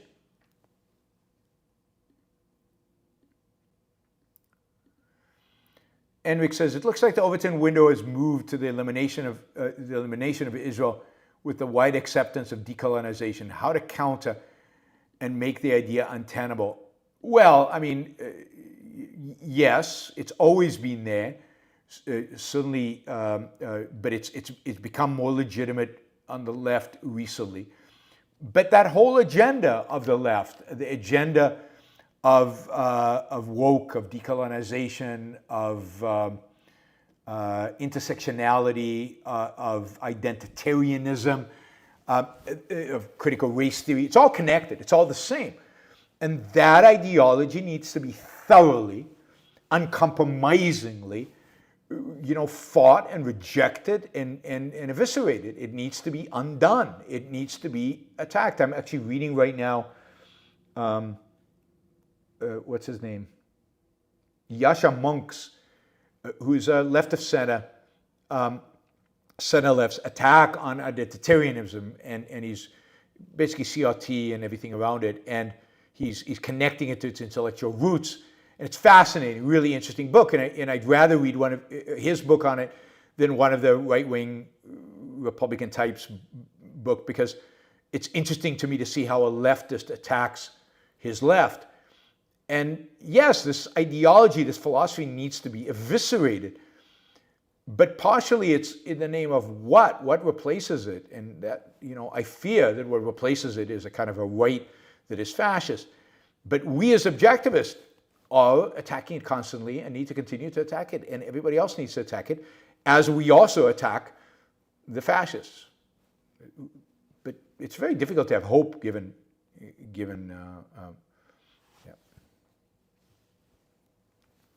Alexander Scott says, the Israelis are pulling their punches, they are making it much harder on themselves by holding back so much. Absolutely. And to the extent of self-sacrifice, to the extent that Israelis are going to die. Israelis are going to die because Israel is holding its punches. It's holding back.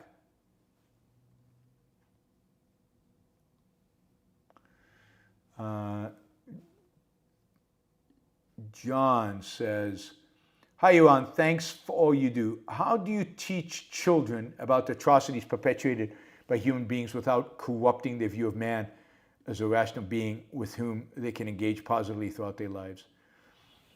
I mean, I wouldn't, depending on the age, pre-teens, I don't think should expose to this. Or if they are exposed to it, they should expose to it in very simplistic terms. There are bad guys out there. Bad guys who kill. They kill innocent civilians. They kill children. They kill. Don't watch it. Don't let them watch the videos. Don't let them see the pictures. I mean, nobody should be exposed to that. But the good guys are winning at the end. The bad guys, I mean, this is the thing to emphasize to children. The bad guys are impotent. The bad guys cannot succeed unless people on the side of the good compromise with them, appease them, give them. So evil depends on the good. Evil is dependent. It has no independent existence. It cannot survive. It cannot feed itself. It cannot do anything. Evil is dependent on the productive. It's dependent on the good. So the thing to teach them it in the context of bullies in school. You cannot give in to bullies because they feed off of being given into. They feed off of the good's weakness. You have to stand up to them or call a teacher or call a parent. Somebody has to stand up to the bully. Otherwise, they will destroy your life. And I think that's the context. But most people are not bullies. Most people are not bad. Look around your class. There might be a bully or two. And sometimes people will go along with the bullies, and that's terrible. But most people don't. Most people stand up to them. And the people who stand up to them, or the people who don't go along with them, those are the people who are worth investing in, being friends with, having a relationship with. Avoid the bullies and the people who go along with the bullies. Ignore them.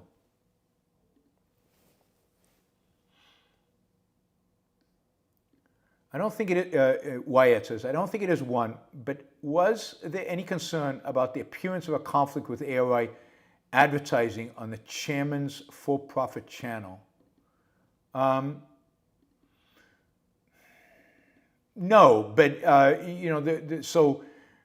what happens here is that any compensation I get from ARI, any advertising I do for ARI is reviewed by a committee of independent directors at the Ayn Rand Institute to make sure that there is no conflict, to make sure that I'm not getting, and believe me, I'm not getting an exorbitant amount. So we deal with potential conflict of interests all the time, and we have a committee of independent directors. The directors are not beholden to the Institute for any income, make these kind of decisions and approve any kind of contract. It is important to note that ARI advertising on my channel does not constitute agreement either. It does not constitute, it constitute a sanction. They obviously sanction me, I'm chairman of the board, but it doesn't constitute agreement. I'm not speaking for the Institute, right? So I might say stuff that the Institute might disagree with. But it is a sanction of the show as being basically consistent. But we take appearances of conflict of interest seriously, and we deal with that. Andrew, do the Trump indictments worry you at all that America is moving in the direction of charging people criminally based on political motivation, or do you view that as right-wing propaganda? No, I don't view it as right-wing propaganda in the sense that I think it happens, and I think it's happened all the time. I go back to Giuliani prosecuting people for purely political reasons, not prosecuting his political opponents, but prosecuting people in order to get the headlines, in order to get political credibility, in order to appease the enemies of the people he was prosecuting so that they would fund his campaigns. So I think politics has driven a lot of prosecutions in America, and I think that's sad. Now, what's unique about what the right is arguing is that Trump is being prosecuted because he's a Republican, because he's a threat to Democrats, and Democrats are doing it. And there's probably some truth to that, other than the fact that I think that there is, in all these cases, maybe with the exception of the first case in New York, there is real basis to prosecute him. He clearly violated the law. Now, he's appealed to the Supreme Court because of presidential immunity. We'll see if that holds, but maybe it holds, I don't know. But no, I mean, the tragedy here is that the Republicans refused to enact the rule of law by not impeaching him the second time. They should have clearly impeached him over January 6th. And the fact that they didn't impeach him over January 6th left it to the Justice Department to deal with Trump over real criminal behavior around the elections. I mean, Trump should have been. So I blame it all on Republicans. This is all the Republicans' fault. All the Republicans' fault. That they didn't deal with Trump. But what's the probability that he didn't do the things he's accused of doing? Even the one in New York, I mean, there's a problem there of how bad is it. But did he not pay the porn star hush money? He clearly paid the porn star hush money. Now, whether you can link that to campaign finance and all that, that's a different story. But did he or did not pay hush money? Of course he did. Did he or did not hold and hide and prevent the government from taking classified documents that he had no right to hold on to? Did he not hide them and lie to the FBI and all that? Of course he did. Did he not try to overturn the election in Georgia? Of course he did. We know this. So now you can argue, is it criminal? Is it something you should prosecute him for? Okay, but he did all these things. So it's not completely political. Jason, and again, if Republicans had done their job, none of this would be happening. How easy would it be for a peaceful person from Gaza willing to swear allegiance to Israel to get in prior to last week? I mean, there are some people, I don't know, probably not easy, because Israel is very wary of, increasing the population of Arabs within Israel when the Arabs turn on Israel so easily and so quickly. But there are some people who are persecuted by Hamas, people who were, who went after certain families within the Gaza Strip, have found a home in Israel. By the way, there's some great videos online of Israeli Arabs defending Israel and condemning Hamas, and just giving you a perspective on what Israel is like for an Israeli Arab, right? I mean, I don't think people understand. I mean, I'm not saying Israel's perfect. Israel's far from perfect, and certainly its treatment of Arabs is not being perfect. But I mean, the hospital my father used to work at as a doctor in Haifa, half the doctors in that hospital, this is a hospital in the third largest city in Israel, one of the top medical centers in the world. Half the doctors at Haifa Rambam Hospital are Arabs. I mean, if there was apartheid, how could that happen? And they're treating Jews, right? Most of the patients are Jews. Like 70, 80%, I think those are the cases, of the doctors in the hospital in Nahariya, which is in north of Haifa, which deals with the Galilee, it's a major hospital for the Galilee, are Arabs, Arab doctors.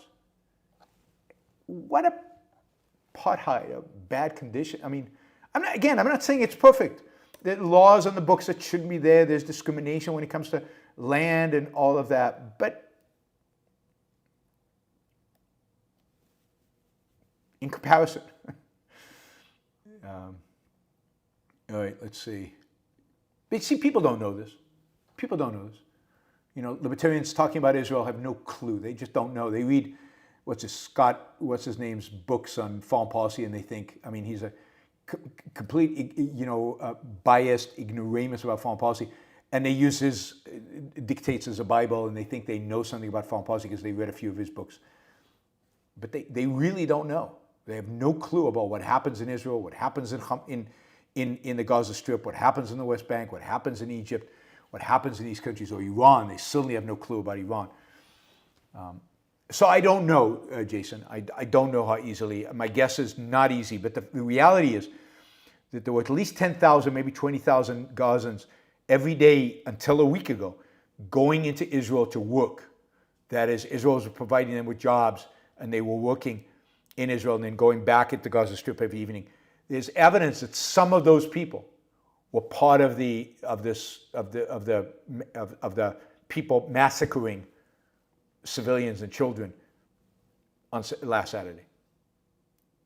Some of those people. So it's very hard to vet when you're in a state of war. It's very hard to vet. You know, if somebody comes from Germany during World War II and says, I'm not a Nazi, I promise, how do you vet them? That's the challenge. Andrew, thank you for your extreme clarity on this issue. Not surprising, but CNN is playing their audience emotions that both sides are suffering. Of course, and it's only going to get worse. And again, the more Israel waits to inflict the suffering that's inevitable to come, the harder it's going to get for the West to accept it. What was the purpose of bombing Dresden? Many people say the war was already over. It was to completely crush the will of the Germans to fight. I mean, this was explicit by Churchill. It was to eviscerate the will. So it was to save lives on the Allied side. Yes, the war was already won, but same as Hiroshima and Nagasaki. But it's a question of how many of your troops are going to die. And winning it, again, the responsibility of the Allied forces was the Allied forces. It was not Germans. That was the responsibility of their government. And their government, by initiating force against the Allies, basically forfeited the lives of their own citizens because the Allies were going to do whatever was necessary to win quickly and minimize their own casualties. Here's the formulation I have. The only purpose of a government defending itself, a war of self-defense, is to win it as quickly as possible and with the least casualties on your side. Your responsibility is to protecting your side, not their side. The bad guys, the people who initiated force, people are going to die, and it's on them. And I'm not denying that they're innocent, and I'm not denying they're individuals, and I'm not denying it's sad, but it's a reality. Reality is sometimes sad. But war is hell. War is hell. There is no shortcuts. There's no making war nice. There's no making war pleasant. There's just no way to get around the fact that war is hell. If you're the good guys, your job is to make that hell suffered by the other side, not by you. And the other side means the people who live under the government that initiated force against you. Not to suggest all those people, and not to suggest that they're somehow collectively responsible. It's not an issue of responsibility. It's an issue of the fact that you have to protect yourself. And in protecting yourself, sometimes some of them must die. That's the reality of war. That's why war is hell. That's why war should be avoided. EL says, is it a good idea for me to leave Israel until the wars end? You know, it might be. I don't know how much in danger you feel you are in, depending on where you live. I'm sure there are places that are safer and places that... So it's certainly an option, but I don't think it's necessary. And there is a certain aspect of, if you want to continue living in Israel, of providing moral support to the people who are actually going in there and in a sense, defending your ability to live in that country. So, I would want to stay just to provide moral support to the people defending my ability to live in the country long term. Justin, why are terrorists not scared of Bibi? He's tough. He's not. He's one of the weakest. He's really, really, really, really weak, and he has been forever. He's never been tough. You show me one example where Bibi was tough on the Arabs, the terrorists. He's never been tough. He's been a weakling. And by the way, I've been saying this for over 20 years. And I've been fighting with other people about how weak, since the late 1990s, how weak Bibi is in confronting terrorists and in confronting. He's always been weak. Indeed, if Bibi wasn't weak, what happened on Saturday would have never happened. If Bibi hadn't been tough in the past, what happened on Saturday would have never happened. Draw your own conclusions from that.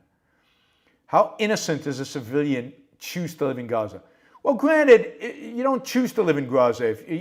Again, most of the innocents, forget about the adults, most of the innocents are children. And they didn't choose to live in Gaza, they live in Gaza. And 50% of the population in Gaza is under 18. Most of those, not all of those, but most of those are truly innocent. They were born there. What could they do? So I don't deny the existence of innocence. It's just I deny the ability to fight a war without them suffering.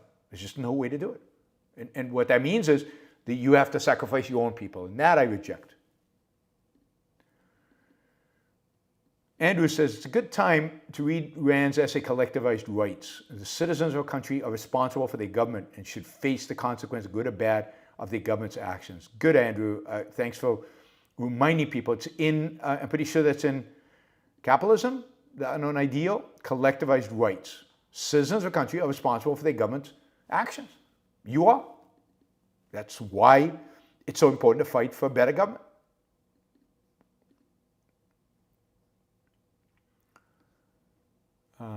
Spyman 3000 says, thanks for consistently being a person to come to for a little sanity on this side. You're on. The passion is much appreciated. Thank you. I get criticized for being emotional, and therefore, Justin said, is Scott Horton a worthy expert on foreign policy? No, he is actually, Scott is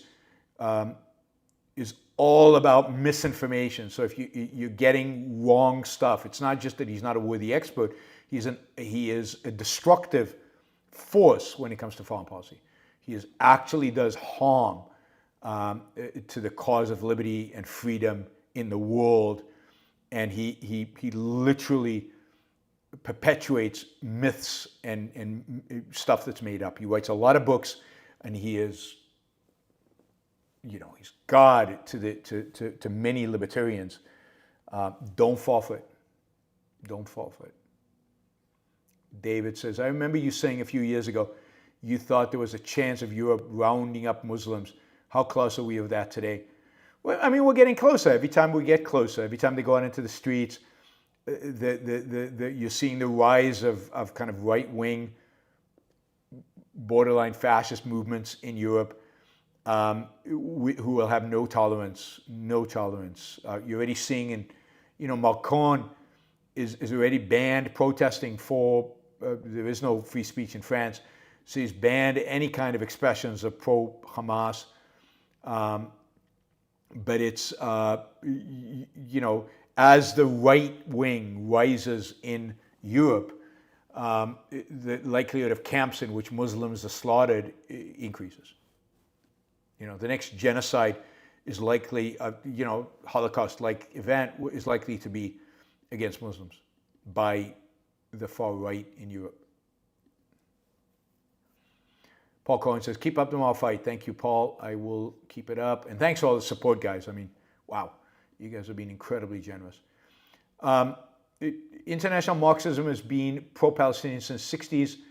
Oh, this was from yesterday, or the last show I did. International Marxism has been pro-Palestinian since the 1960s. What should be made of these sympathizer networks and stopping them? Rose-cross Christians. This is, the left generally is being pro-Palestinian. Of course, now kind of the right and the new right are quite pro-Palestinian. And what must be done is they need to be challenged philosophically. They need to be challenged ideologically. Their Marxism, their wokeism, their postmodernism needs to be challenged over and over and over again. Could you talk about Occupy Re-where Israel is? Israel's not occupying anybody's land. Israel Jews either bought this land and settled it and built it and created something, often on unowned land that was just there, swamps and other stuff.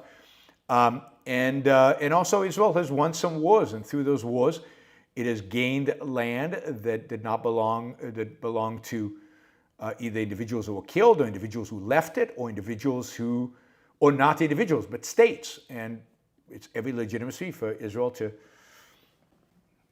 turn that over to people who will do something productive with that land. That's not occupation. Proper, why is the far left so passionate about microaggressions in the West, but you never hear a peep from them about Middle East executing gay people and having arranged child marriages?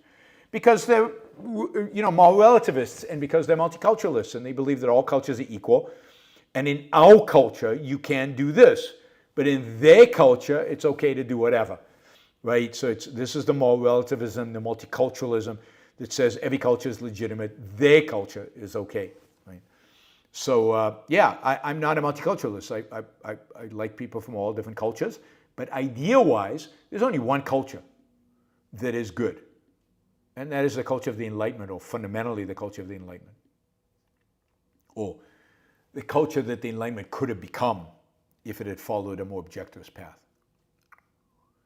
Mark Thomas says, Egypt's leaders belong to the Ash'ari sect, also extreme. Yeah, I don't know. Maximus X.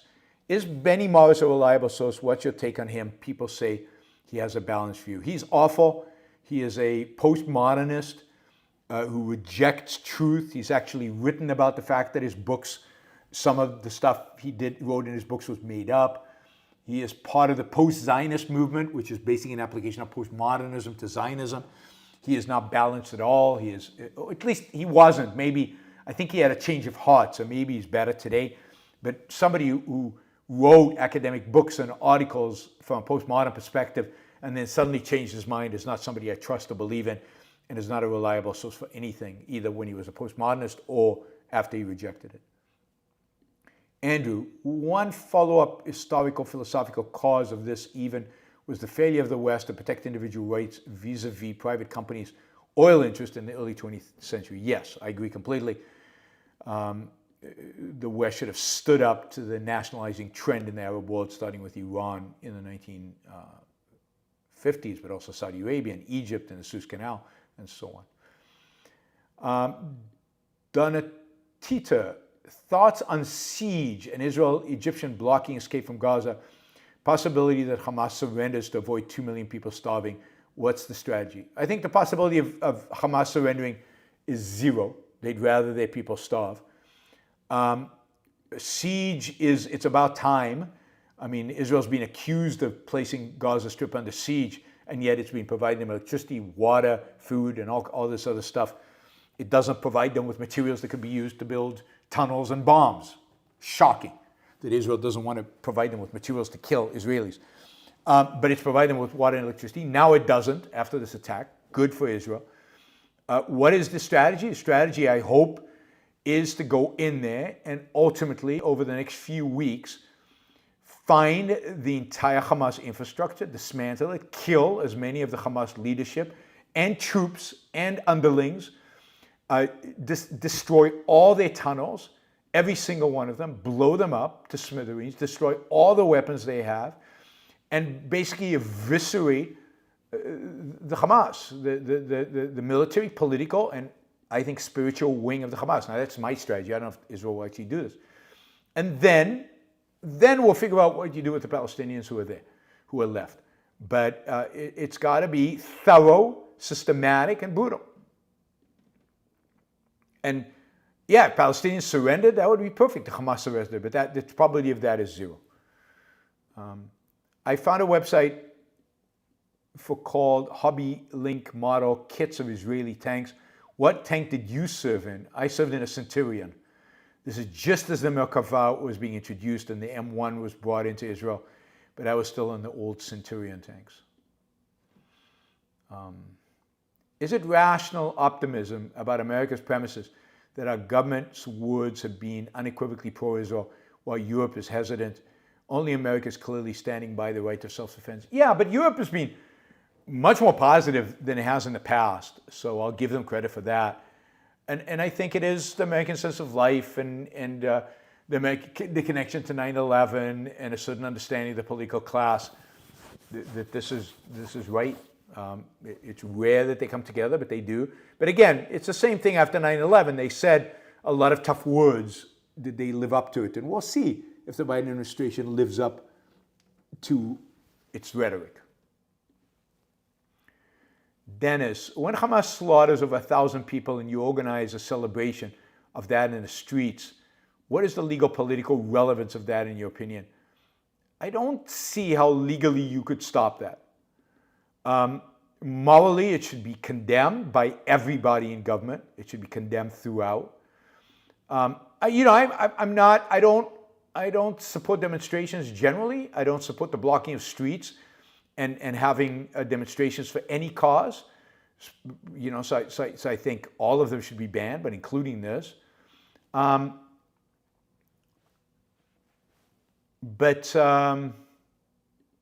Yeah, I mean, people should take names, and I'm glad to see some employers taking names, for example, of the Harvard students who signed the letters, and there should be consequences on a personal level.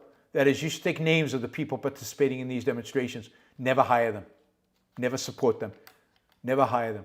I mean, I'm all for cancel culture. I never was against cancel culture. You cancel evil, cancel people who advocate for evil ideas, absolutely. Kick them out of university. They should be kicked out of the university. You don't have a right to be in a university if you're a Nazi. You don't have a right to be in a university if you're a supporter of Hamas. Adam Reed, will you invite Yasha Monk for an interview in your show? I might. I don't think he'll accept, but I might. Frank, Dershowitz said Iran's $6 billion should be placed on hold, and Iran sued on behalf of Israeli victims for the money America's making itself useful. Yes, I think that should happen. I think the Biden administration has already put the $6 billion on hold.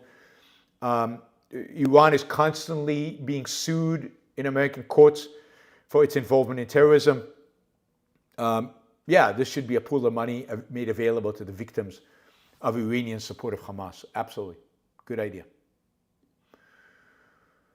All right. Thank you, everybody. I mean, you guys showed a lot of support today, and you really since Saturday, since this happened, and the shows I've done. I really, really appreciate it. You know, part of what makes these times tough is the extent of the irrationality out there in the world, both on the good guys' side, Israel's hesitancy, slowness to act, not acting in full self-defense, and then CNN, and then the Libertarians, and the whole gamut of them. It's great to know that there are people here watching the Yaron Brook show who are supportive, who get what I'm trying to do, who get the message, who get the ideas, and that so many of you are willing to support me and what I do financially. So thank you. This is, in a sense, a real, it's uplifting. So I appreciate that. I will be back tomorrow with another show on this. We'll talk about history to kind of wrap it up and see what other angles we haven't yet covered, and we'll try to cover those. Plus, by then, there might be some additional development. I will see you all tomorrow. Bye, everybody.